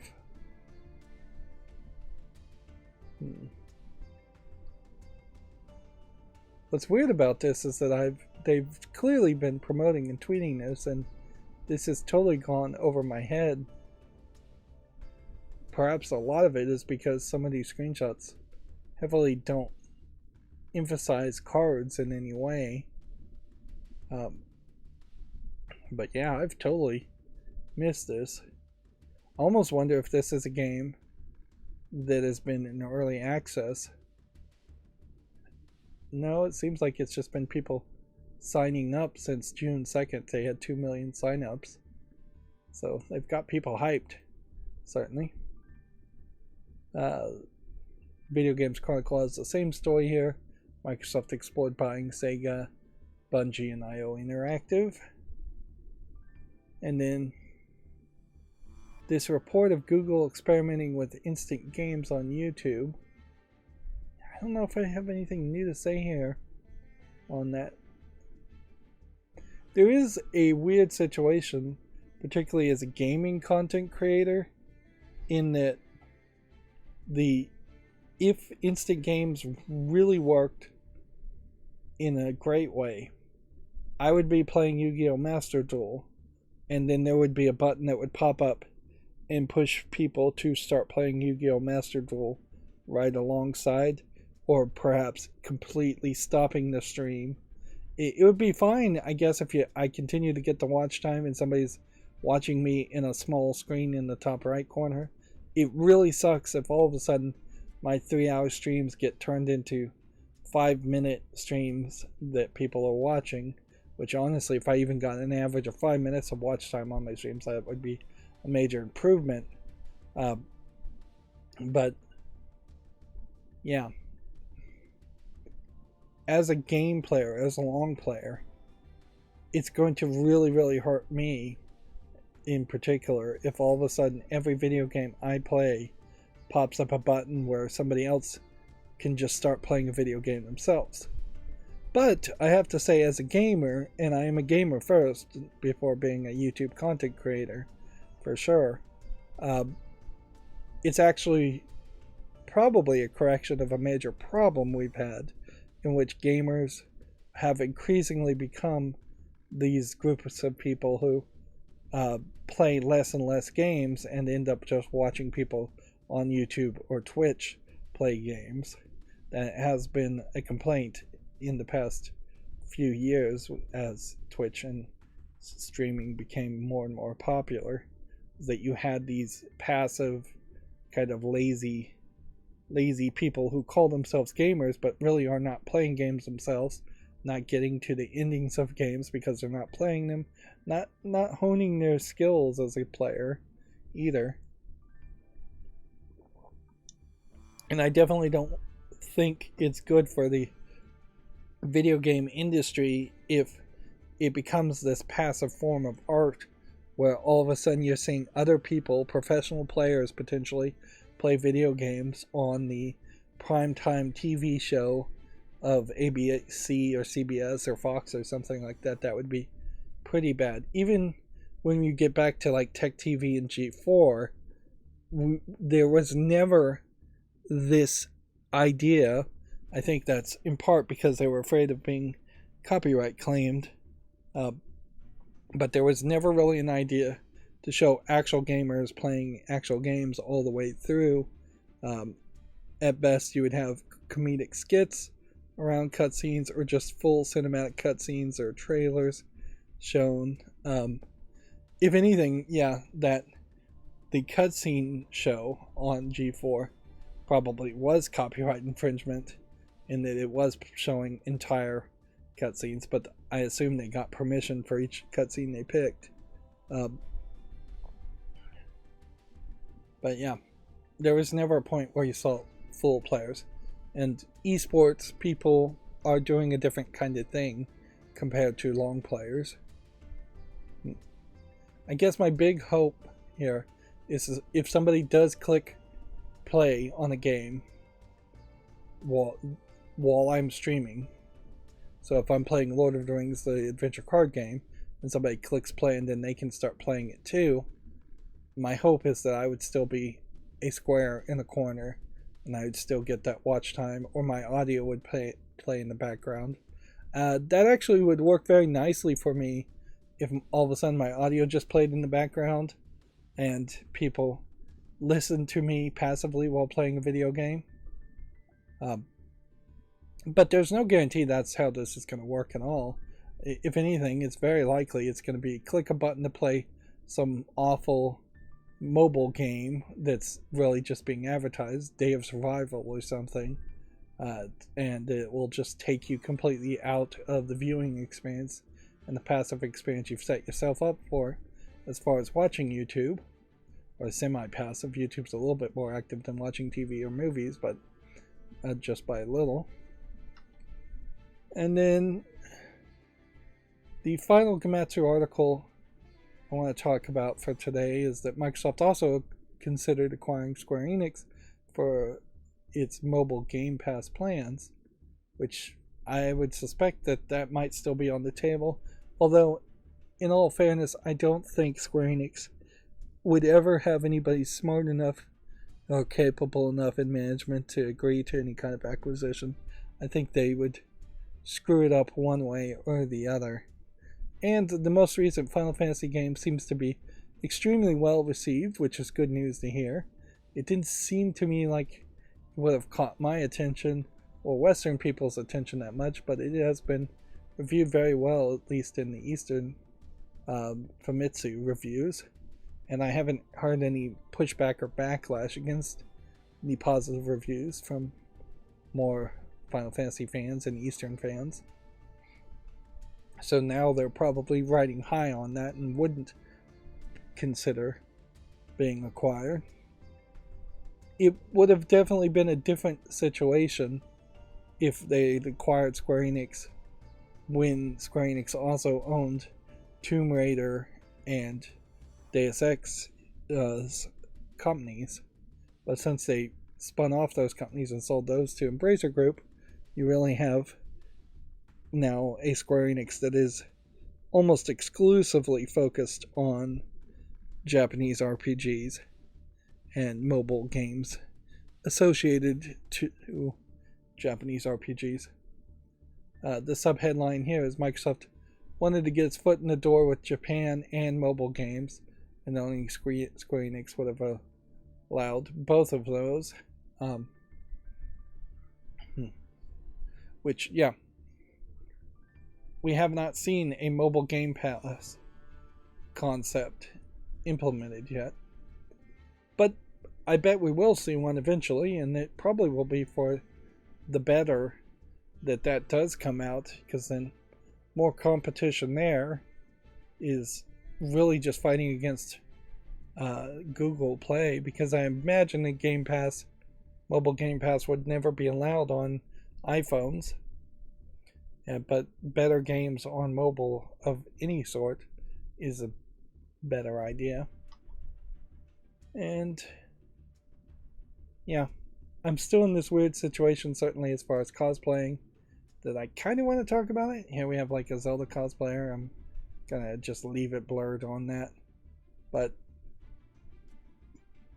if I am gonna talk about cosplaying, I need to talk about it really at the end of the stream, not at the beginning of the streams. We have an interesting Dave the Diver game being promoted here on the front page of Steam. Still waiting until the summer sale kicks in. Also, there is this there is the Amazon Prime Day sale that they're trying to promote. I think this Prime Day I'm going to skip everything. I don't think there's anything I can afford or even want from Amazon unless they offer something that's just a discount off of buying anything. I've got a couple of things in back order, but I've been saying that for years too. Whoops. Really, I'm gonna have to train myself to unblur. Like, I've been saying for years, if Amazon Prime Day just gave you $5 off of buying anything on Amazon, that would be great. But their Prime Day sales instead just end up being advertisements for very weird stuff or very basic stuff, garbage stuff a lot of times. Alright, so let's go through the Video Games Chronicle articles. Switch Online has added 4 more Mega Drive Genesis games. Of that, I don't know if any of these are super important. You have Ghouls and Goblins, not to be confused with Ghost and Goblins, which was technically a sequel, but basically the same game, but slightly different. You have Crusade of Sinti, you have Landstalker, and you have Revenge of Shinobi. And I guess Revenge of Shinobi and Ghouls and Goblins are names I recognize. Xbox had considered acquiring the Banjo-Kazooie devs' new studio. Playtonic Games was part of a list of potential acquisitions written up in 2021. So man, we really are just going to get a headline for every single game, which you could probably just click on the list and yeah. So this was just your list of games, list of wants here, that I'm sure they handed all of these to a legal team, or they probably shot off an email to each of these developer and these publishers and said, hey, would you be interested in discussing having a meeting? And in the meeting you would say, hey, would you be interested in some kind of acquisition face to face? And then if that was the beginning of a discussion, they would probably hand it to the lawyers to figure out if it was the right thing they could do, and maybe at some point they'd even include the accountants to make sure that they should do it. But yeah, Gearbox Software being on this list, basically everybody being on this list. If you asked me to sit down and write down a list of 100 developers, I would have a hard time. I could certainly go to Wikipedia and look it up, but yeah. Inherently, I think this also points out that at that early stage, there was not a special desire to acquire any specific company. It's not a case where they got along very well with, say, Double Fine or the people who work at Double Fine and thought they would be a good fit. This is just straight up old-fashioned, cold calculating business. Xbox would have done well acquiring probably any studio they wanted to acquire. Banjo-Kazooie would have done very nicely on Xbox, still would be beneficial to Microsoft and Xbox if they had some more kid-friendly games. It's kind of a tough sell at the moment to say to a kid they should buy an Xbox Series X because it has all the kids' games or teenager games even. In a lot of ways, it's pretty obvious that the default solution would be to buy a PlayStation 5 instead. PlayStation VR 2 will eventually be compatible with PC, claims the window driver creator, but it won't be soon and may require extra custom-made hardware. So, this hardly sounds like this is going to be official support. This is from the iVRY driver maker, I guess. Yeah, if you're capable and determined enough, I imagine you can make any VR headset work with a PC eventually. But even if it works with a PC, anything that would be a unique or special feature in the PlayStation VR 2 would not likely be compatible with any software on Steam. VR seems like it's pretty much dead as an idea once again, and we'll see it come back, I bet, in another decade with another attempt. Let's see, the first Bandai Namco cross store outside of Japan is coming to London. The store will open in Camden next month and will host 6 separate shops. I assume these are all Bandai Namco themed shops. Let's see. One of these says One Piece. And then the rest of these, I have no idea what they would be selling. But none of it really seems to be particularly focused around the video game aspects of Bandai Namco. Let's see, July's 2023 PlayStation Plus Essential Games have been leaked. And then they were officially announced. So we'll probably get a better list from Komatsu on that. Final Fantasy XVI enjoys a strong 3 million launch, but it can't quite match its predecessor. Which, okay. Yep. Modern Warfare Studio Infinity Ward has established a new Spanish team that will work alongside Call of Duty Warzone mobile developer Digital Legends in Barcelona. We already talked about the hour of unseen Nintendo Space World 2000 footage being quote-unquote remastered. We already talked about Red Dead Redemption being rated in Korea. Call of Duty Warzone Mobile will be released this fall. Activision Bobby Kotick's bad decision on not bringing Call of Duty to the Switch. Let's see. Court docs reveal Microsoft considered buying Final Fantasy publisher Square Enix. We already talked about that. We already talked about the poorly redacted Sony documents. Here we have another story. Sony accidentally reveals confidential Call of Duty player and revenue data. Poorly redacted documents shine a light on the importance of Call of Duty to PlayStation.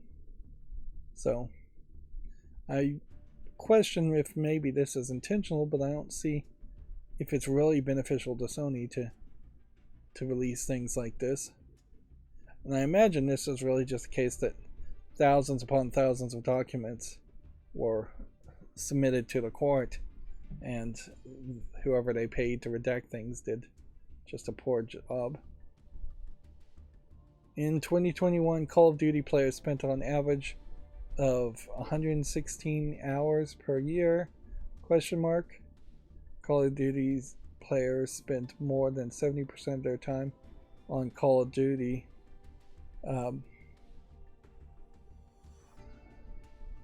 Spent on average. I don't understand. Call of Duty's players spending more than 70% of their time on Call of Duty spend an average of 296 hours on the franchise. So if you're spending more than 70% of your total play time on this one game, you're hitting nearly 300 hours. Call of Duty accounted for... It was confirmed that Call of Duty accounted for $1 billion in sales on the PlayStation consoles in 2021. Yeah. So we're getting some real inside baseball, some real numbers here to show that Call of Duty does seem like it is a big deal, which that supports Sony's complaint more than Microsoft. So perhaps them leaking the big numbers is to their benefit in this case. I don't think it's to their benefit to leak the other stuff, though. Microsoft CEO claimed he'd love to get rid of console exclusivity. We already talked about that. Let's see. And then these are kind of old stories, so we'll move around. Good Old Games Summer Sale has been updated with another free game. Ancient Enemy is the 5th of 6 titles being given away, which I guess that means something. Let's see. Apparently Perfect Dark is reportedly 2 to 3 years away and could be released episodically. Being delayed an extremely long time and being released episodically is a bad combination. I've been working on the game since 2018. Is this another thing from the FTC filing the court, or is this coming from a different source? It seems like it's coming from a different source. We don't even really know what Perfect Dark would be, though if it does come out, could be almost anything called Perfect Dark. Meta, aka Facebook, is launching a subscription service for the Quest games, which, if everybody hates subscription services, why is Meta making one? That's another question to ask. Atomic Heart's first expansion has been announced. A new Game Plus update is out now, ahead of the game's Annihilation Instinct DLC in August. Did they possibly fix the infinitely respawning enemies issue?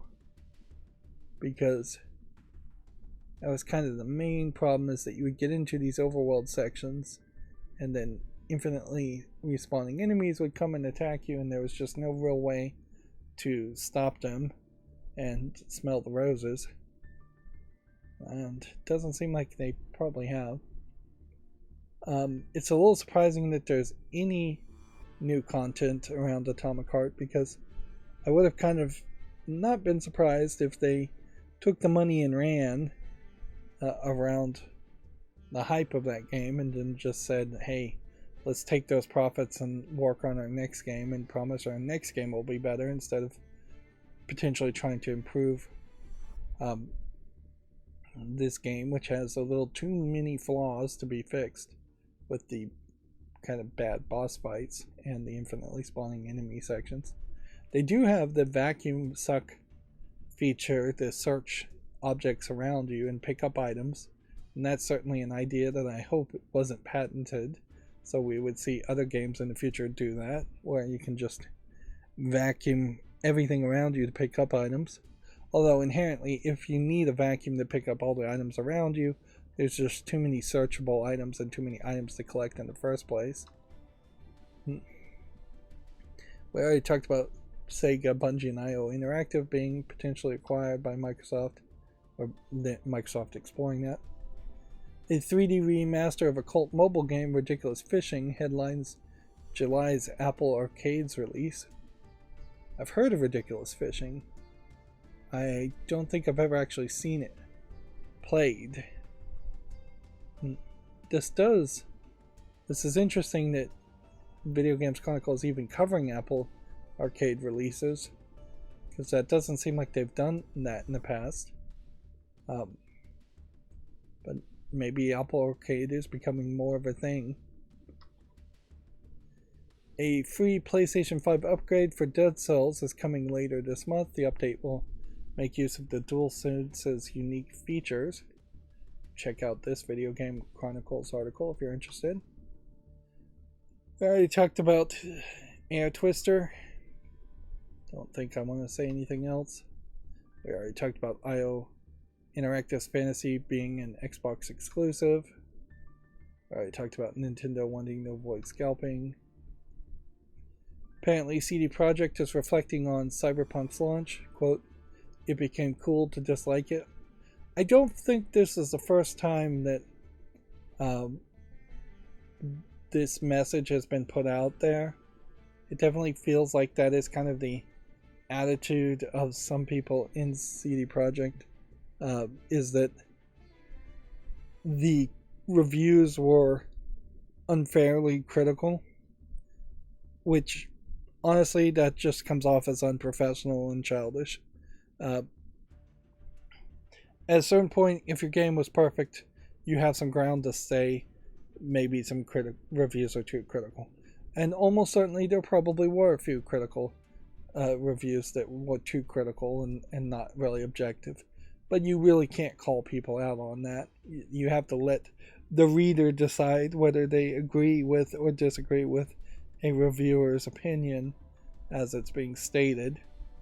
But at the end of the day, to embrace bitterness or childishness is to really just say you're putting less focus on fixing Cyberpunk.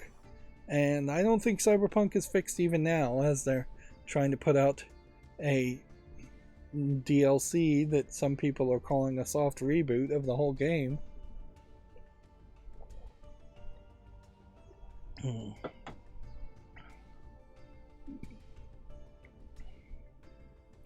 There are major problems, some of which are not even really talked about that much with Cyberpunk as I understand it. So, yeah, this is not the kind of article you should bother to put out. And if somebody is interviewing you and you're reflecting, you would have hoped that you would have moved past maybe a knee-jerk opinion like that instead of doubling down and sticking with that opinion. But that whole I'm right and you're wrong attitude is a 2-year-old's attitude, not an attitude that benefits adults trying to make a product and sell a product to other people. Let's see. Zelda Tears of the Kingdom dominated U.S. industry sales in May. It's already the second biggest game of the year based on box sales alone. What is the number one game of the year then? Well, you've got a list here. It's not particularly big. So number one is Zelda, and then you have Hogwarts Legacy, which is still going strong. And I guess, yeah, it feels like as they just released another Hogwarts game, Hogwarts Legacy would deserve to have had more updates or new contents or just advertising around it. But apparently it sells so well it doesn't need to be advertised. Star Wars Jedi Survivor, Dead Island 2, MLB The Show 23, FIFA 2023. I'd assume Call of Duty might be number one. Nah, it's got to be Resident Evil 4 is number one. Elden Ring, Minecraft still selling like crazy. Breath of the Wild still selling well. Smash Brothers Ultimate still selling well. New Super Mario Brothers selling pretty well. Pokemon Scarlet and Violet selling well, despite the quality, and Lego Star Wars even lining up here. If anything, if you eliminated Nintendo from this list, Warner Brothers might be the next biggest publisher listed here. Let's see. There's only one God of War Ragnarok Sony game that's published by Sony. There are nothing here from Microsoft, which that perhaps highlights a problem with Microsoft, is that they just don't have anything under their collection, and they should be acquiring companies.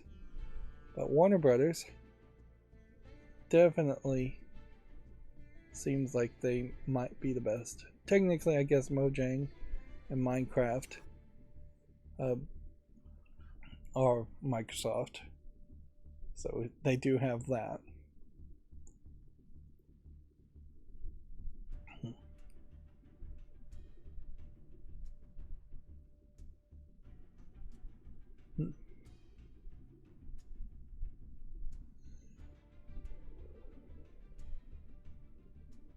I wish this article, though, would tell me directly what number one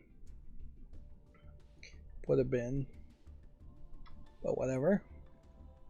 We already talked about the shareholders asking questions and getting very little answers.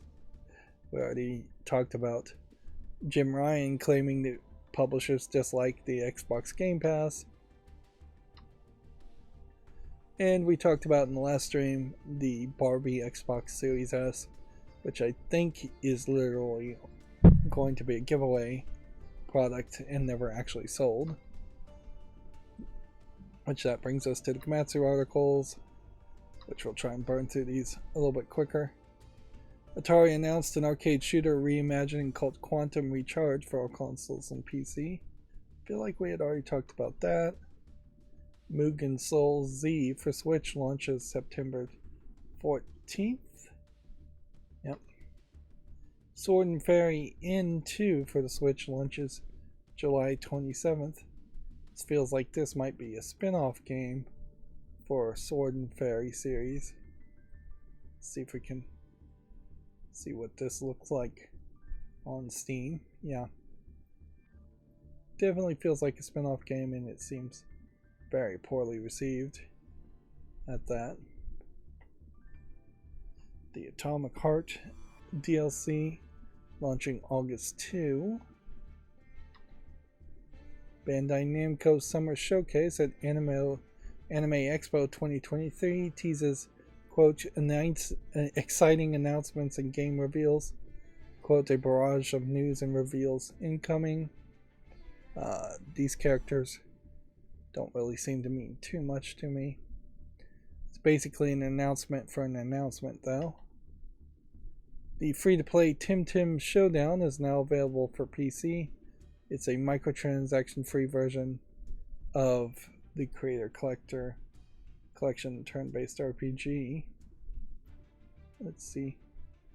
So far, seems like people might be enjoying this new free version.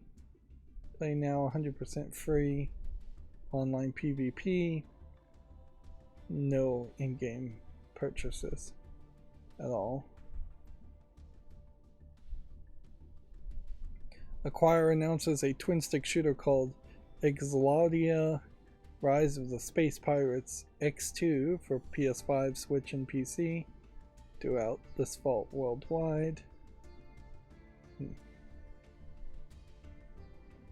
This is where, in particular, the auto blur fails miserably and why it needs to be programmed to only come on after a certain point, because otherwise every time I click around it moves me to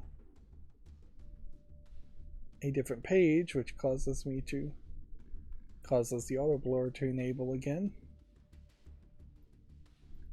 You know what I could do, probably wouldn't be a terrible idea, is to set it on a cooldown, but that too would be a dangerous thing. If it took 3 or 4 seconds before it could activate a second time, that could be a problem when I'm burning through games very quickly. Yeah. Atelier Rise of shipments topping 2 million, we talked about.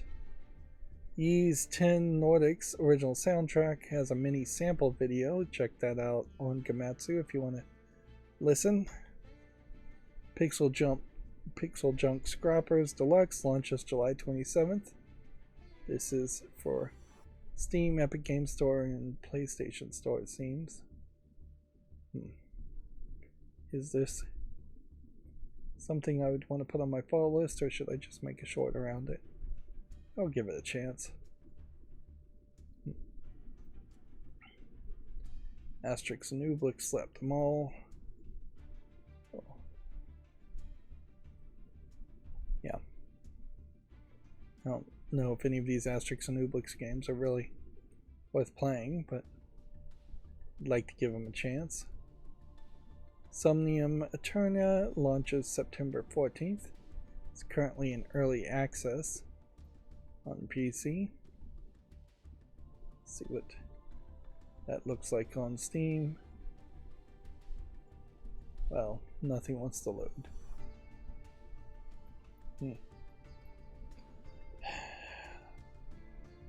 Okay. Well, none of the screenshots want to load. We'll see that this is on the fall list. It could have been on the fall list a short time, or could have been on the fall list a long time. That's interesting that it did eventually load, because usually what happens is these just fail miserably.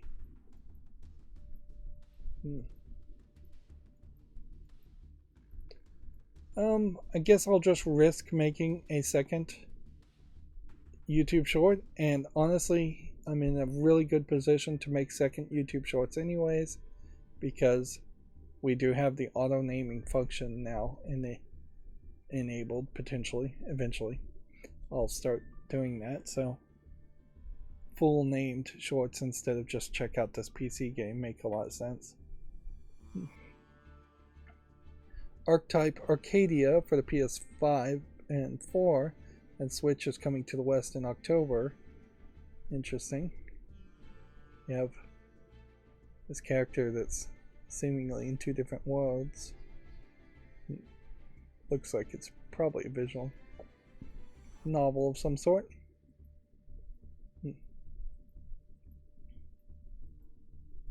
Yeah. I do feel like by having the names, and this may be a bit of a hint for content creators who want to have their own YouTube channel. First of all, as they don't, you'll never succeed these days.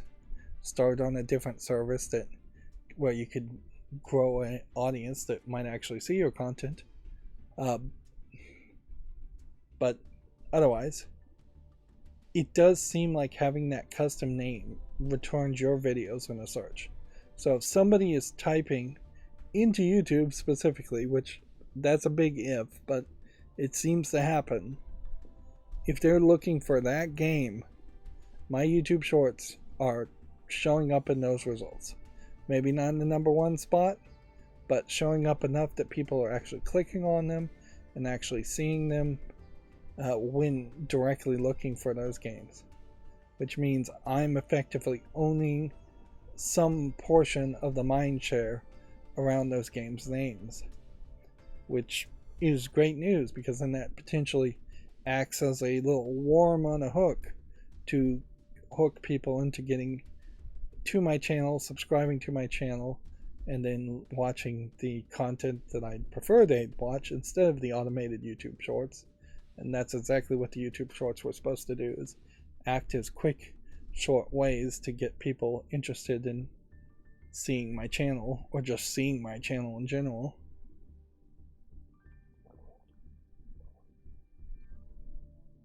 Titles and thumbnails, that's what they always say. That's the #1 thing. So having a title directly around the game's name works for a gaming content creator. Thumbnails, if they were better, would also almost certainly improve my views and click-through rate. Moving on, everybody won to Switch introducing the games trailer is available if you want to check that out. Almost feels like this horsehead guy is just now the mascot of everybody 1-2 Switch. Was he always the mascot? I don't know. Mordhau for the PS4 and 5 and Xbox One and Series launches July 12th. I think very quickly we're going to stop hearing about games being released on the Xbox One. This is a medieval 64 multiplayer action game. It was already on Steam, but I don't think they're doing anything new for the Steam version. This is one of those games that has too fancy of screenshots for its own good. Feels like they're really trying to hide something. Clearly some of these screenshots are pre-rendered. A lot of them are. This is an online PvP game though, so it's not going to go on my fault list. A game called Fort Solis launches August 12th. New trailer welcomes you to Fort Solis Station. So that probably means we have a release date now. Which I definitely could see myself trying to be more critical of games that don't have release dates and not making YouTube shorts around games that don't have release dates, but there is this real problem that a lot of games don't have a release date, then the next day they do have a release date, and then they don't put out a new press release that they have a release date, so I never hear about them again. Hot Wheels Unleashed 2 Turbocharged has a gameplay trailer and screenshots. Check that out on Gamatsu if you're interested. The life simulator Hello Kitty Adventure Island Adventure has been announced for Apple Arcade, which It's probably a fairly big get for Apple Arcade. Hello Kitty, I imagine, is still fairly popular. Remnant 2, The World of Remnant, Nerude trailer is available if you want to check that out on Gamatsu. Bomb Rush Cyberpunk has been confirmed for the PS4 and 5 and the Xbox One and Series. Seemingly not on Steam. Well, those I guess had been already announced. It was coming to Steam. So yeah, no need to make a new YouTube short around that. We already talked about the Sega Genesis games being added to the Nintendo eShop. It would be hard, certainly, for Sega to be acquired when they're doing so much business with Nintendo these days. If they were acquired, then all those Sonic games, which are fairly popular among little kids, would potentially leave the Switch. That would be awkward transition, to say the least. Persona 5 Tacticia has a Morgana trailer if you want to check that out. Red Dead Redemption being rated in Korea. Famitsu scores for 1804. Issue 1804 gives Pretty Princess Magical Garden Island a 28 out of 40. Soul Vars a 31 out of 40. And Trouble Witches Final Episode 1 Daughters of Amalgam a 31 out of 40. So 3 fairly small name games getting fairly small reviews. Let's see, we talked about Final Fantasy shipments.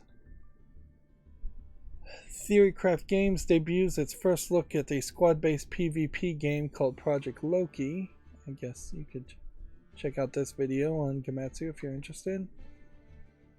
A game called Bit Trip Rerunner has been announced. It includes a runner maker tool, which I assume this is a remaster of Bit Trip Runner with new content, which I don't really know what Bit Trip Runner is. Let's see. As far as a game, I recognize the name, but that's about all I can say about it. And this little video certainly didn't help me figure out what Bit Trip Runner is. So moving on, we talked about this horror game Hollow Cocoon, which, while catching my eye, actually lost most of my attention when I watched the trailer and looked at the screenshots. Here we have a top-down multiplayer racer game called Make Way, announced for all consoles and PC. Which, yeah.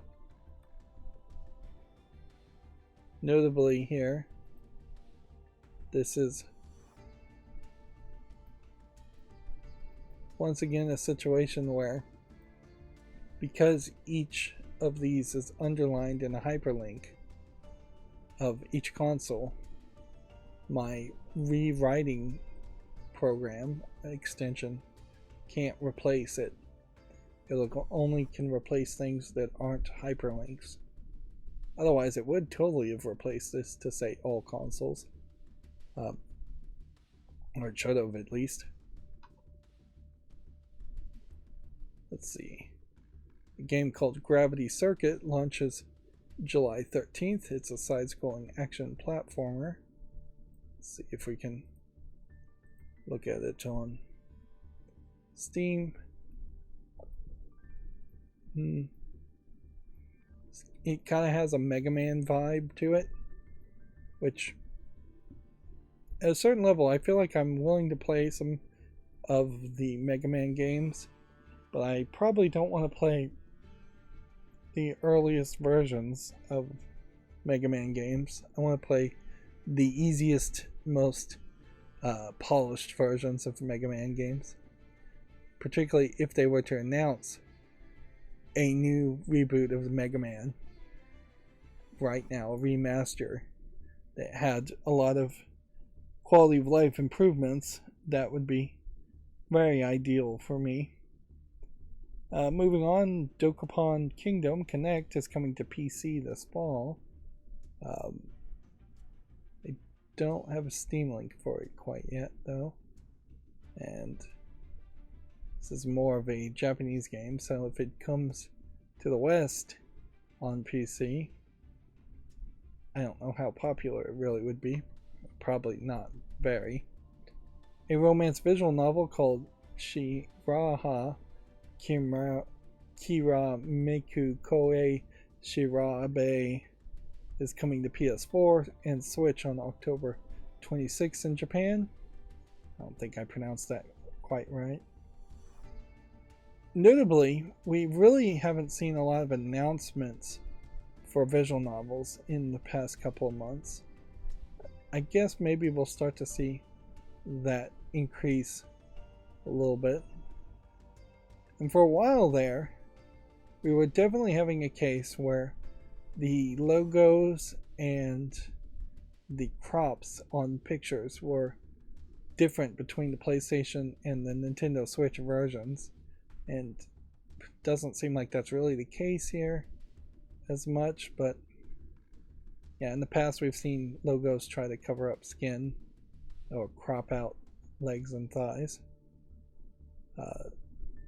Here you do have maybe just a little bit of that, where this image is zoomed in a little bit more for the big blue bar at the top, and the logo is scrolled up in a larger way to potentially show off less of legs, but it's not really censoring that much even at that.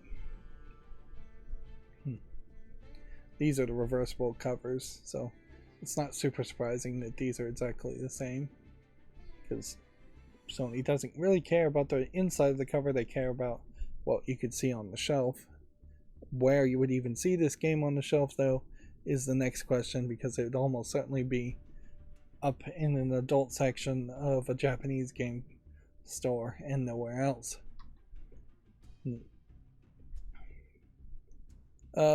PlayStation Plus monthly game lineup for July is announced. It's Alan Wake Remastered, which is probably great timing, Call of Duty Black Ops Cold War, and Endling Extinction is Forever, which, yeah, not the biggest of games, but something.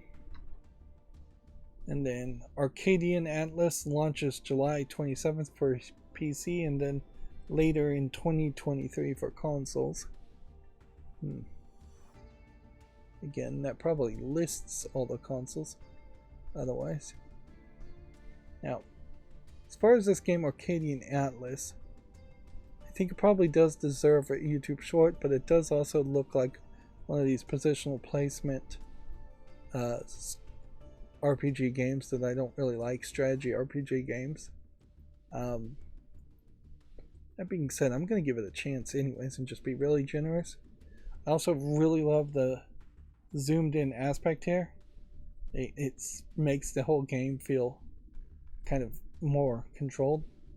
If anything, this almost has a little bit of Mario RPG feel to it, although it's not really fair to compare anything to Mario RPG, since Mario RPG itself is just aping some pretty standard Japanese RPG turn-based gameplay mechanics that you would have seen in a early Final Fantasy game. Anyways, and that brings us to the GameDeveloper.com news, which probably won't be too much of that. Mooncat Games is a new publishing label hoping to spotlight on the smallest subgenres. The company said it wants to provide small teams with optimistic foundations. Sounds to me like they have made a publishing company without having the funding to make a publishing company.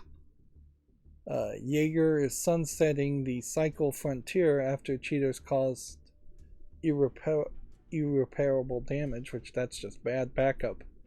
The studio explained a surge in cheating after a promising launch resulted in a significant decrease in their player base. Well, I guess you can't fix that.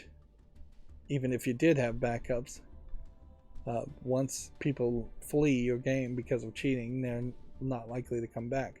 Assuming that's the real reason they left in the first place. We already talked about Final Fantasy 16 selling 3 million copies in 1 week. Activision Blizzard won't receive PlayStation dev kits if they're acquired by Microsoft, which, yeah, we had already basically been told that. We simply could not run the risk of a company that was owned by a direct competitor having access to that information, which, fine. That is effectively PlayStation saying, though, that we're going to make it impossible for the next Call of Duty to be as good or as well quality on our console. And there definitely are ways to do that in the right way. If Activision Blizzard was acquired by Microsoft, Sony could easily make a clean room and make a clean room team, make Activision Blizzard make a clean room team, and then people would from Activision Blizzard go into that clean room. It would just be like a white room with a dev kit chained to the table, and people would look at it and develop games for it and test games on it, and then that would be that. Of course, anything somebody saw on that clean room team from Activision Blizzard could easily just be spoken and described to everybody else at Microsoft. And if there was, say, a PlayStation 6 that had a 6-disc changer, for instance, which would be a good idea, frankly, the way disk space is going. Obviously, somebody at Activision Blizzard could tell Microsoft that this device has a 6-disc changer in it, so maybe we should have a 6-disc changer in our device too. Not that dev kits actually look anything like the final product anyways, but you could say it has 128 gigabytes of RAM or something like that, and then that would give Microsoft a clue as to how to build their next console. Yep.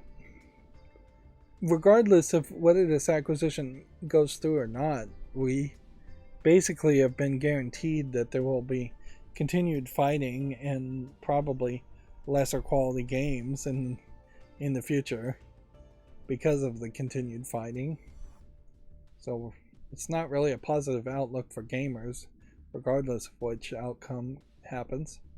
And certainly gamers have no good reason to be involved one way or the other, whether the acquisition goes through or not, because exclusives and acquisitions really don't affect gamers positively or in any way that gamers could push back, even if they do affect them. So might as well not care, because gamers are effectively powerless. Nobody is going to really boycott the next PlayStation if the Activision Blizzard merger fails or succeeds.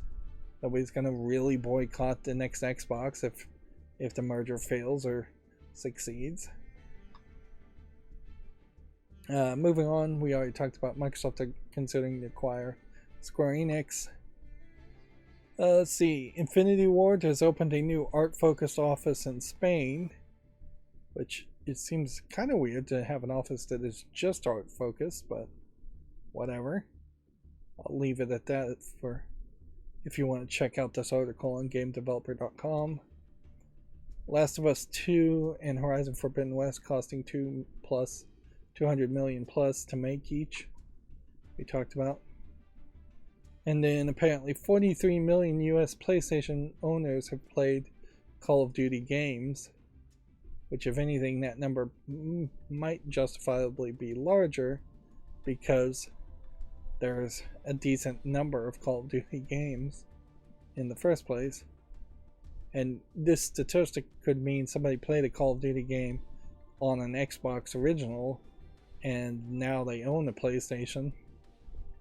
That's probably not what the number means, but you could certainly manipulate the numbers to mean that. I had a little bit of trouble with my fall list loading up, so I had to run the macro twice. Again, my next version of this macro I'm hoping to make a lot more robust so it stops crashing as much.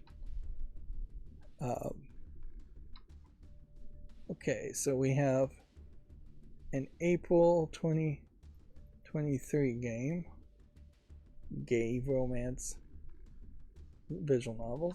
We'll give that more time. We have a June 28th Dinosaur Land game. I'll give... Wait, why is this not on the fall list? What happened here?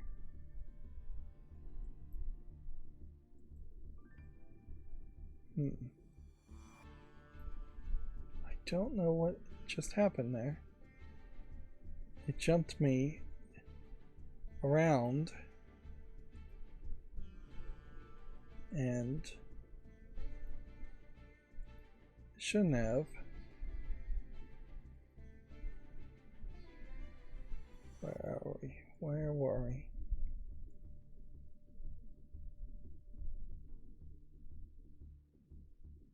Yeah. We were at this point, basically. And then we were going through H things on the fall list. So Hard Steel from 2021 here is a BattleBots clone that just doesn't really have any relevancy, and it's still in early access. In general, BattleBots as a video game makes a lot of sense.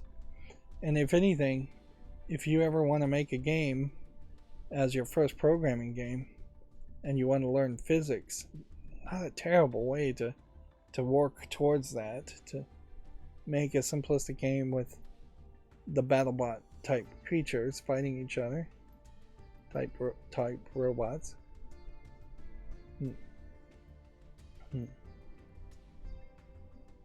But obviously, if you were to make a program like this, you can't leave it in early access, and you probably can't charge even $1.49 for it, because that gets you 5 user reviews and after several years of it being listed. Here we have a hard bullet game. Looks like it might be a VR first person shooter. It's in early access since 2020. It's gotta go. It doesn't look terrible in its screenshots. Doesn't look amazingly great, but doesn't look terrible either. It's also extremely positively reviewed. But I have just zero tolerance for things that are early access games forever after several years. Next we have Happy's Humble Burger Farm, which looks like it is a horror game online, the likes of Five Nights at Freddy's. Sorta very positive. Single player. I don't know if I'd really ever want to play this, but it is meeting all the requirements, so I'm gonna put this on the wish list. Of course, the problem here is, while the wish list grows every couple days, the wish list never really shrinks as far as buying games or doing even a wish list cleanup. This is from December. I think Hapland Trilogy can go. And I really just don't have the time to play games, even if I had the money to purchase games. Hank Straight Jacket is a free game. It's mostly positive. It came out in February. I'm gonna leave it on the fall list. Henny looks like it's more of an asset flip game than it really should be, and it's just not relevant, and it's in early access, so that can leave. Handyman Corporation is mixed reviewed, so that can leave the fall list. Handshakes is some kind of puzzle game. It's free, it's overwhelmingly positive, so let's put that on the wish list. Although, in all fairness, let's just add it to the library. Well, I will deal with that later. Hamster Playground is very positive.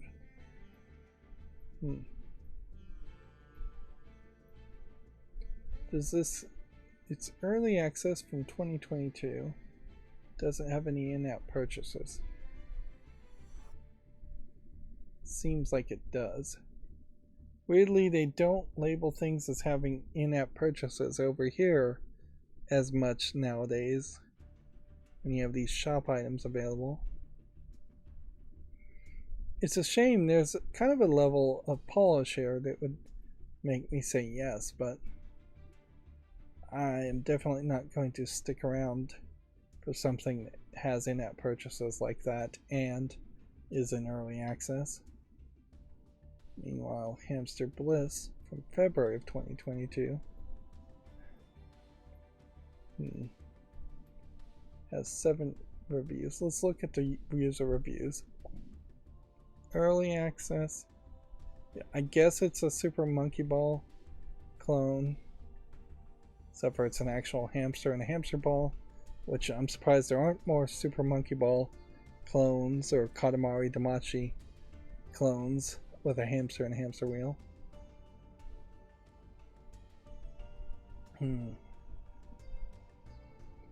Should I give this more time? Not really, but I will. I'd like that to actually succeed. Now we'll go through all the new games coming out on Steam. Let's see. Idol Ultimate is nothing. Imprecision is nothing. Limit Choice looks like it might be something, but probably is nothing. Give it a chance. Should I make a YouTube short around it? I'll say no. Salty Hounds is already mostly negative. Interesting. Usually you don't see a game that is mostly negative. English and Korean. Wonder why people hate it so much. The game has reached over 17,000 of its fundraiser goal on a Korean fundraising website, Tumblebug. Many backers have requested refunds several months prior, but no updates. The game got delayed for some time without any consistent updates. That was the first red flag, so it's my fault that I ignored the obvious observation and purchased the game with wishful thinking that it probably has have a reasonable, substantial amount of content. Eventually I was wrong. Evidently, I was wrong.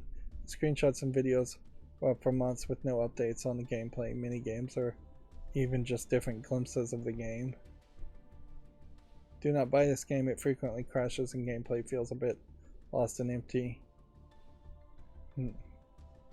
So people are not happy because they kickstarted this game and seemingly it is not a real finished product. Here we have a hidden object game, which we can make a YouTube short around. Bombing to a graffiti paradise. Yeah, there might be something to that. Outbreak 2030 is already mixed.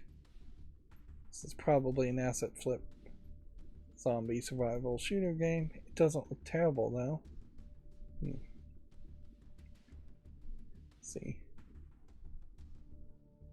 Worst game of the year. Hideous controls, stock Unity assets, boring level design, story, text to speech, voice actors, and settings which don't have save any settings.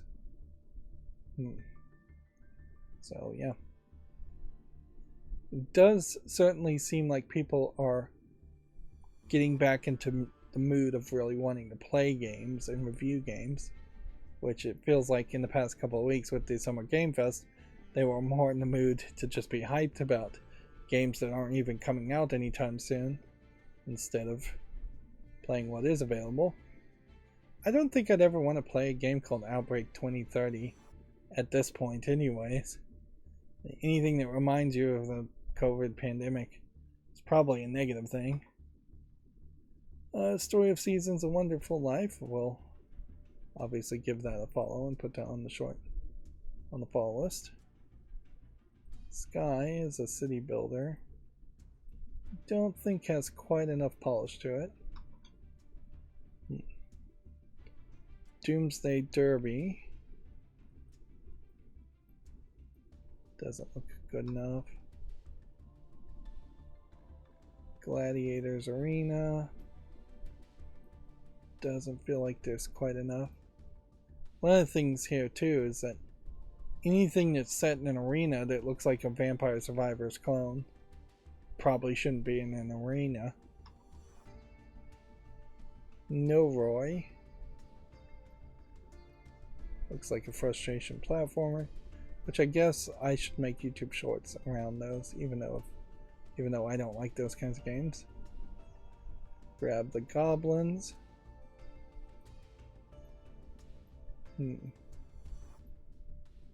Seems like this is a hidden object game of some different style.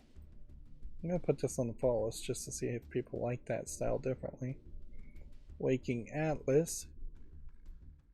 Doesn't look like anything of interest. VR Travel is a little tiny small dwarf. Doesn't look like anything other than some asset flips. Although the idea of being on a roller coaster going around different environments isn't the worst thought ever. Let's see, here we have our first adult game, My Neighbor's Lonely Wife 2, which I feel like we saw My Neighbor's Lonely Wife 1 on Monday, and in a lot of ways I'm not sure if this isn't the exact same screenshots for My Neighbor's Lonely Wife 1. Yeah, My Neighbor's Lonely Wife 1 came out June 23rd, so basically a week ago. It is selling, Lonely Wife 2 is selling for $8.99, English, Japanese, and Chinese, and yeah. There's nothing here in this flat 2D anime style adult game that really screams like it's doing anything that special, or that you would want to play it amongst even the collection of adult games that you could play on Steam. Let's see, Nocturia the game. Is a horror asset flip game better if you're playing as a little kid with a little kid lantern instead of a flashlight? Or is it worse? I think it's worse. But I don't know for certain, so I'm gonna put that on the follow list. I want to see what other people's reaction to that is. I feel like putting a child in perceived danger is almost certainly a worse idea than just making a generic horror game. I just don't think people would enjoy that story and that narrative.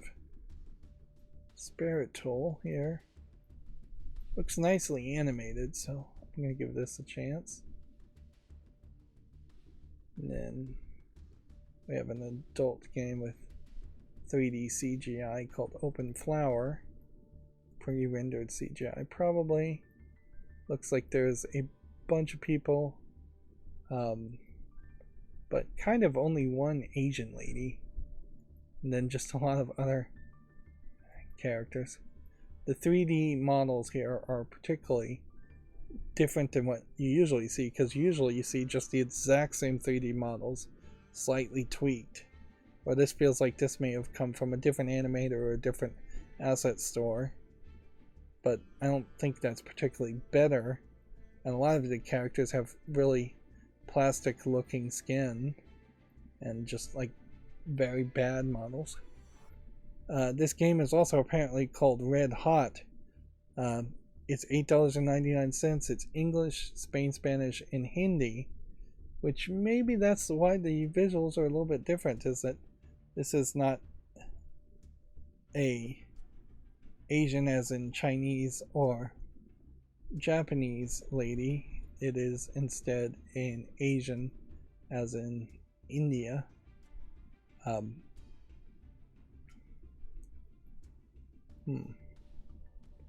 I could see some of the male characters being Indian also.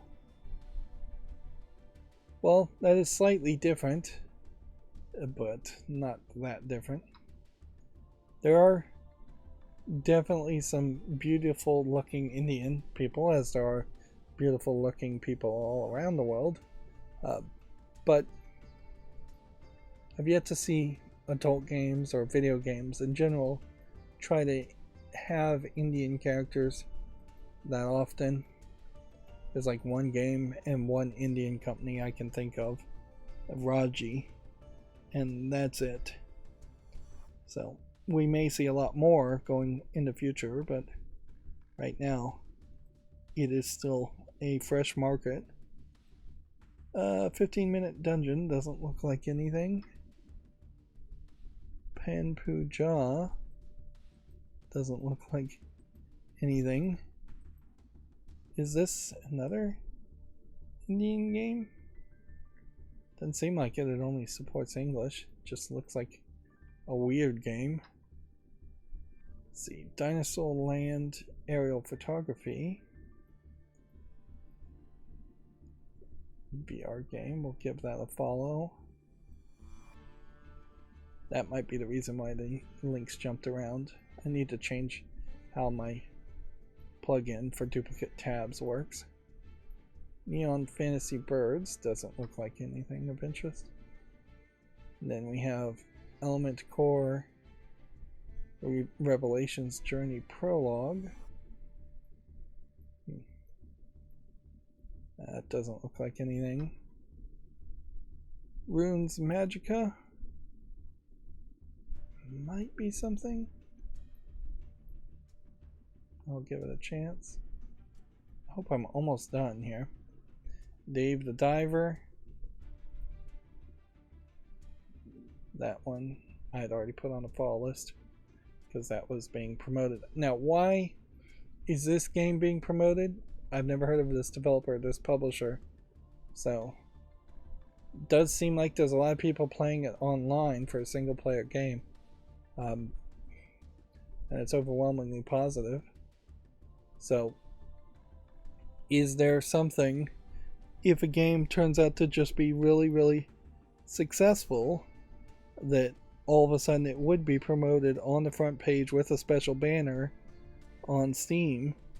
Or did this developer and publisher just manage to pay enough to Steam to have it specially promoted? I don't know. Definitely seems like there's a lot going on here as far as different mini games that you can do. Yeah, it feels like a real game, but yeah, I guess I just will keep that on the fall list, and then when I go around again, it will almost certainly be put on the wish list. I could really just put it on the wish list right now. This is all over the place as far as the different things you do, and Dave as a character. Like, he definitely seems like there is a real personality that they've written there. Let's see. Next we have On Dark Terms, which is probably nothing, but I'm gonna give it a chance.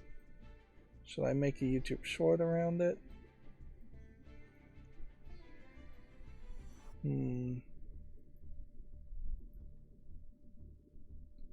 Yeah, I'll go ahead and do that and risk it. Like, I feel like I'm gonna start getting enough views on YouTube Shorts to start getting feedback around that. Village and Monsters.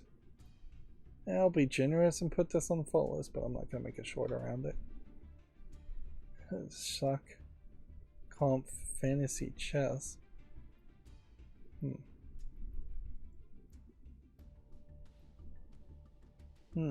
Interesting idea. Make chess, but make it more of a fantasy game. I still have quite a few things to do. Games to cover. Family Adventure here. Looks like it is just an 8-bit RPG maker type game. Say no to that. Don't let him in. Looks terrible, so I'm gonna say no to that.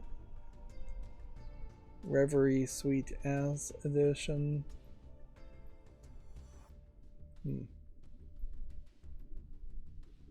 I'll give that a chance. Prediction game doesn't look like anything.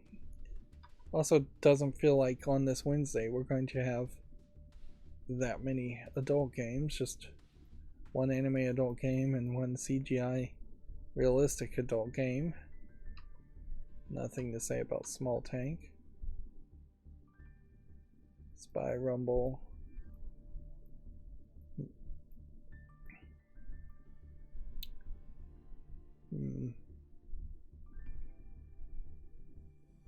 This is an online PvP game.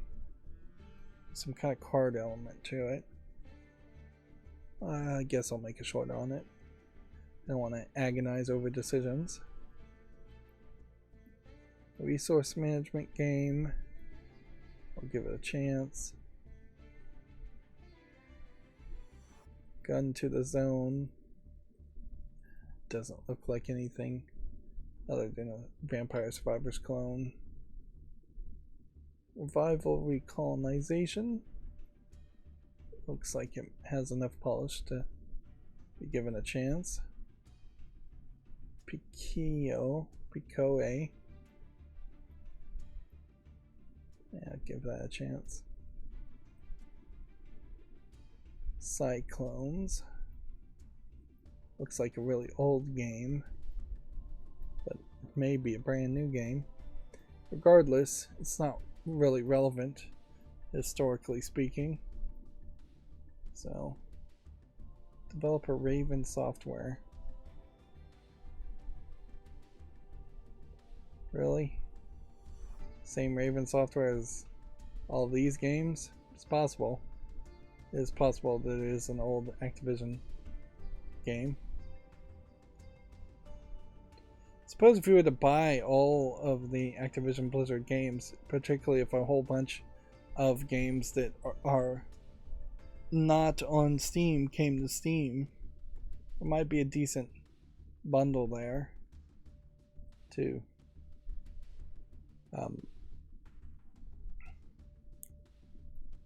Yeah, it does feel like there might be a decent bundle that could be purchased if you could buy everything from the developer.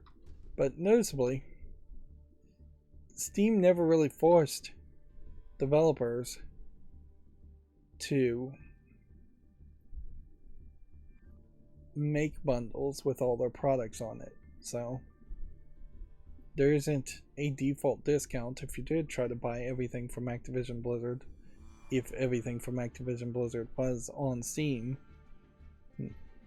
And in all fairness, I would end up with a bunch of Call of Duty games I would never actually play just to own StarCraft and Warcraft and Diablo games. These must be old games. Necrodome. These must be just really old Quake/Doom clones that never were big enough for me to even notice back when they came out. That would have probably been a game released these would have probably been games released when I was playing either Nintendo games or Xbox 360 games and not really playing PC games. Plus, back in the day, finding PC games was a lot more difficult. It's still pretty difficult even now, but without the internet, Tides of Despair is not really showing me much. I guess the question is, do I want to be in a very desolate situation on an almost desert island? Actually trying to just survive, compared to something like Raft, where there's just like a lot of ridiculous crafting and building. Yeah, I don't think there's enough being shown in these screenshots to say yes to that. Tamageddon. Doesn't look like anything. For VR. Cornhole VR. I'll put this on the follow list. Tetrageddon games. Looks like just a troll joke game. Court, Connect, and Capture. Looks very poorly animated, so I'm going to say no to that. Slavic Punk Old Timer. I'm going to give that a chance. And then our last game is Amaro Chocolate 2, which is probably Animal Chocolate in Japanese. We'll give that a chance and make a YouTube short around that. And then that's the end of the show. And at that point, the auto blur probably should have disabled, so it still doesn't feel like I quite have it programmed right. Alright, well, that's going to be it for this stream. Sorry for starting so late, sorry for going so long and having that awkward silent point in the middle. Live apologies today. Anyways, thank you for watching. Have a good evening.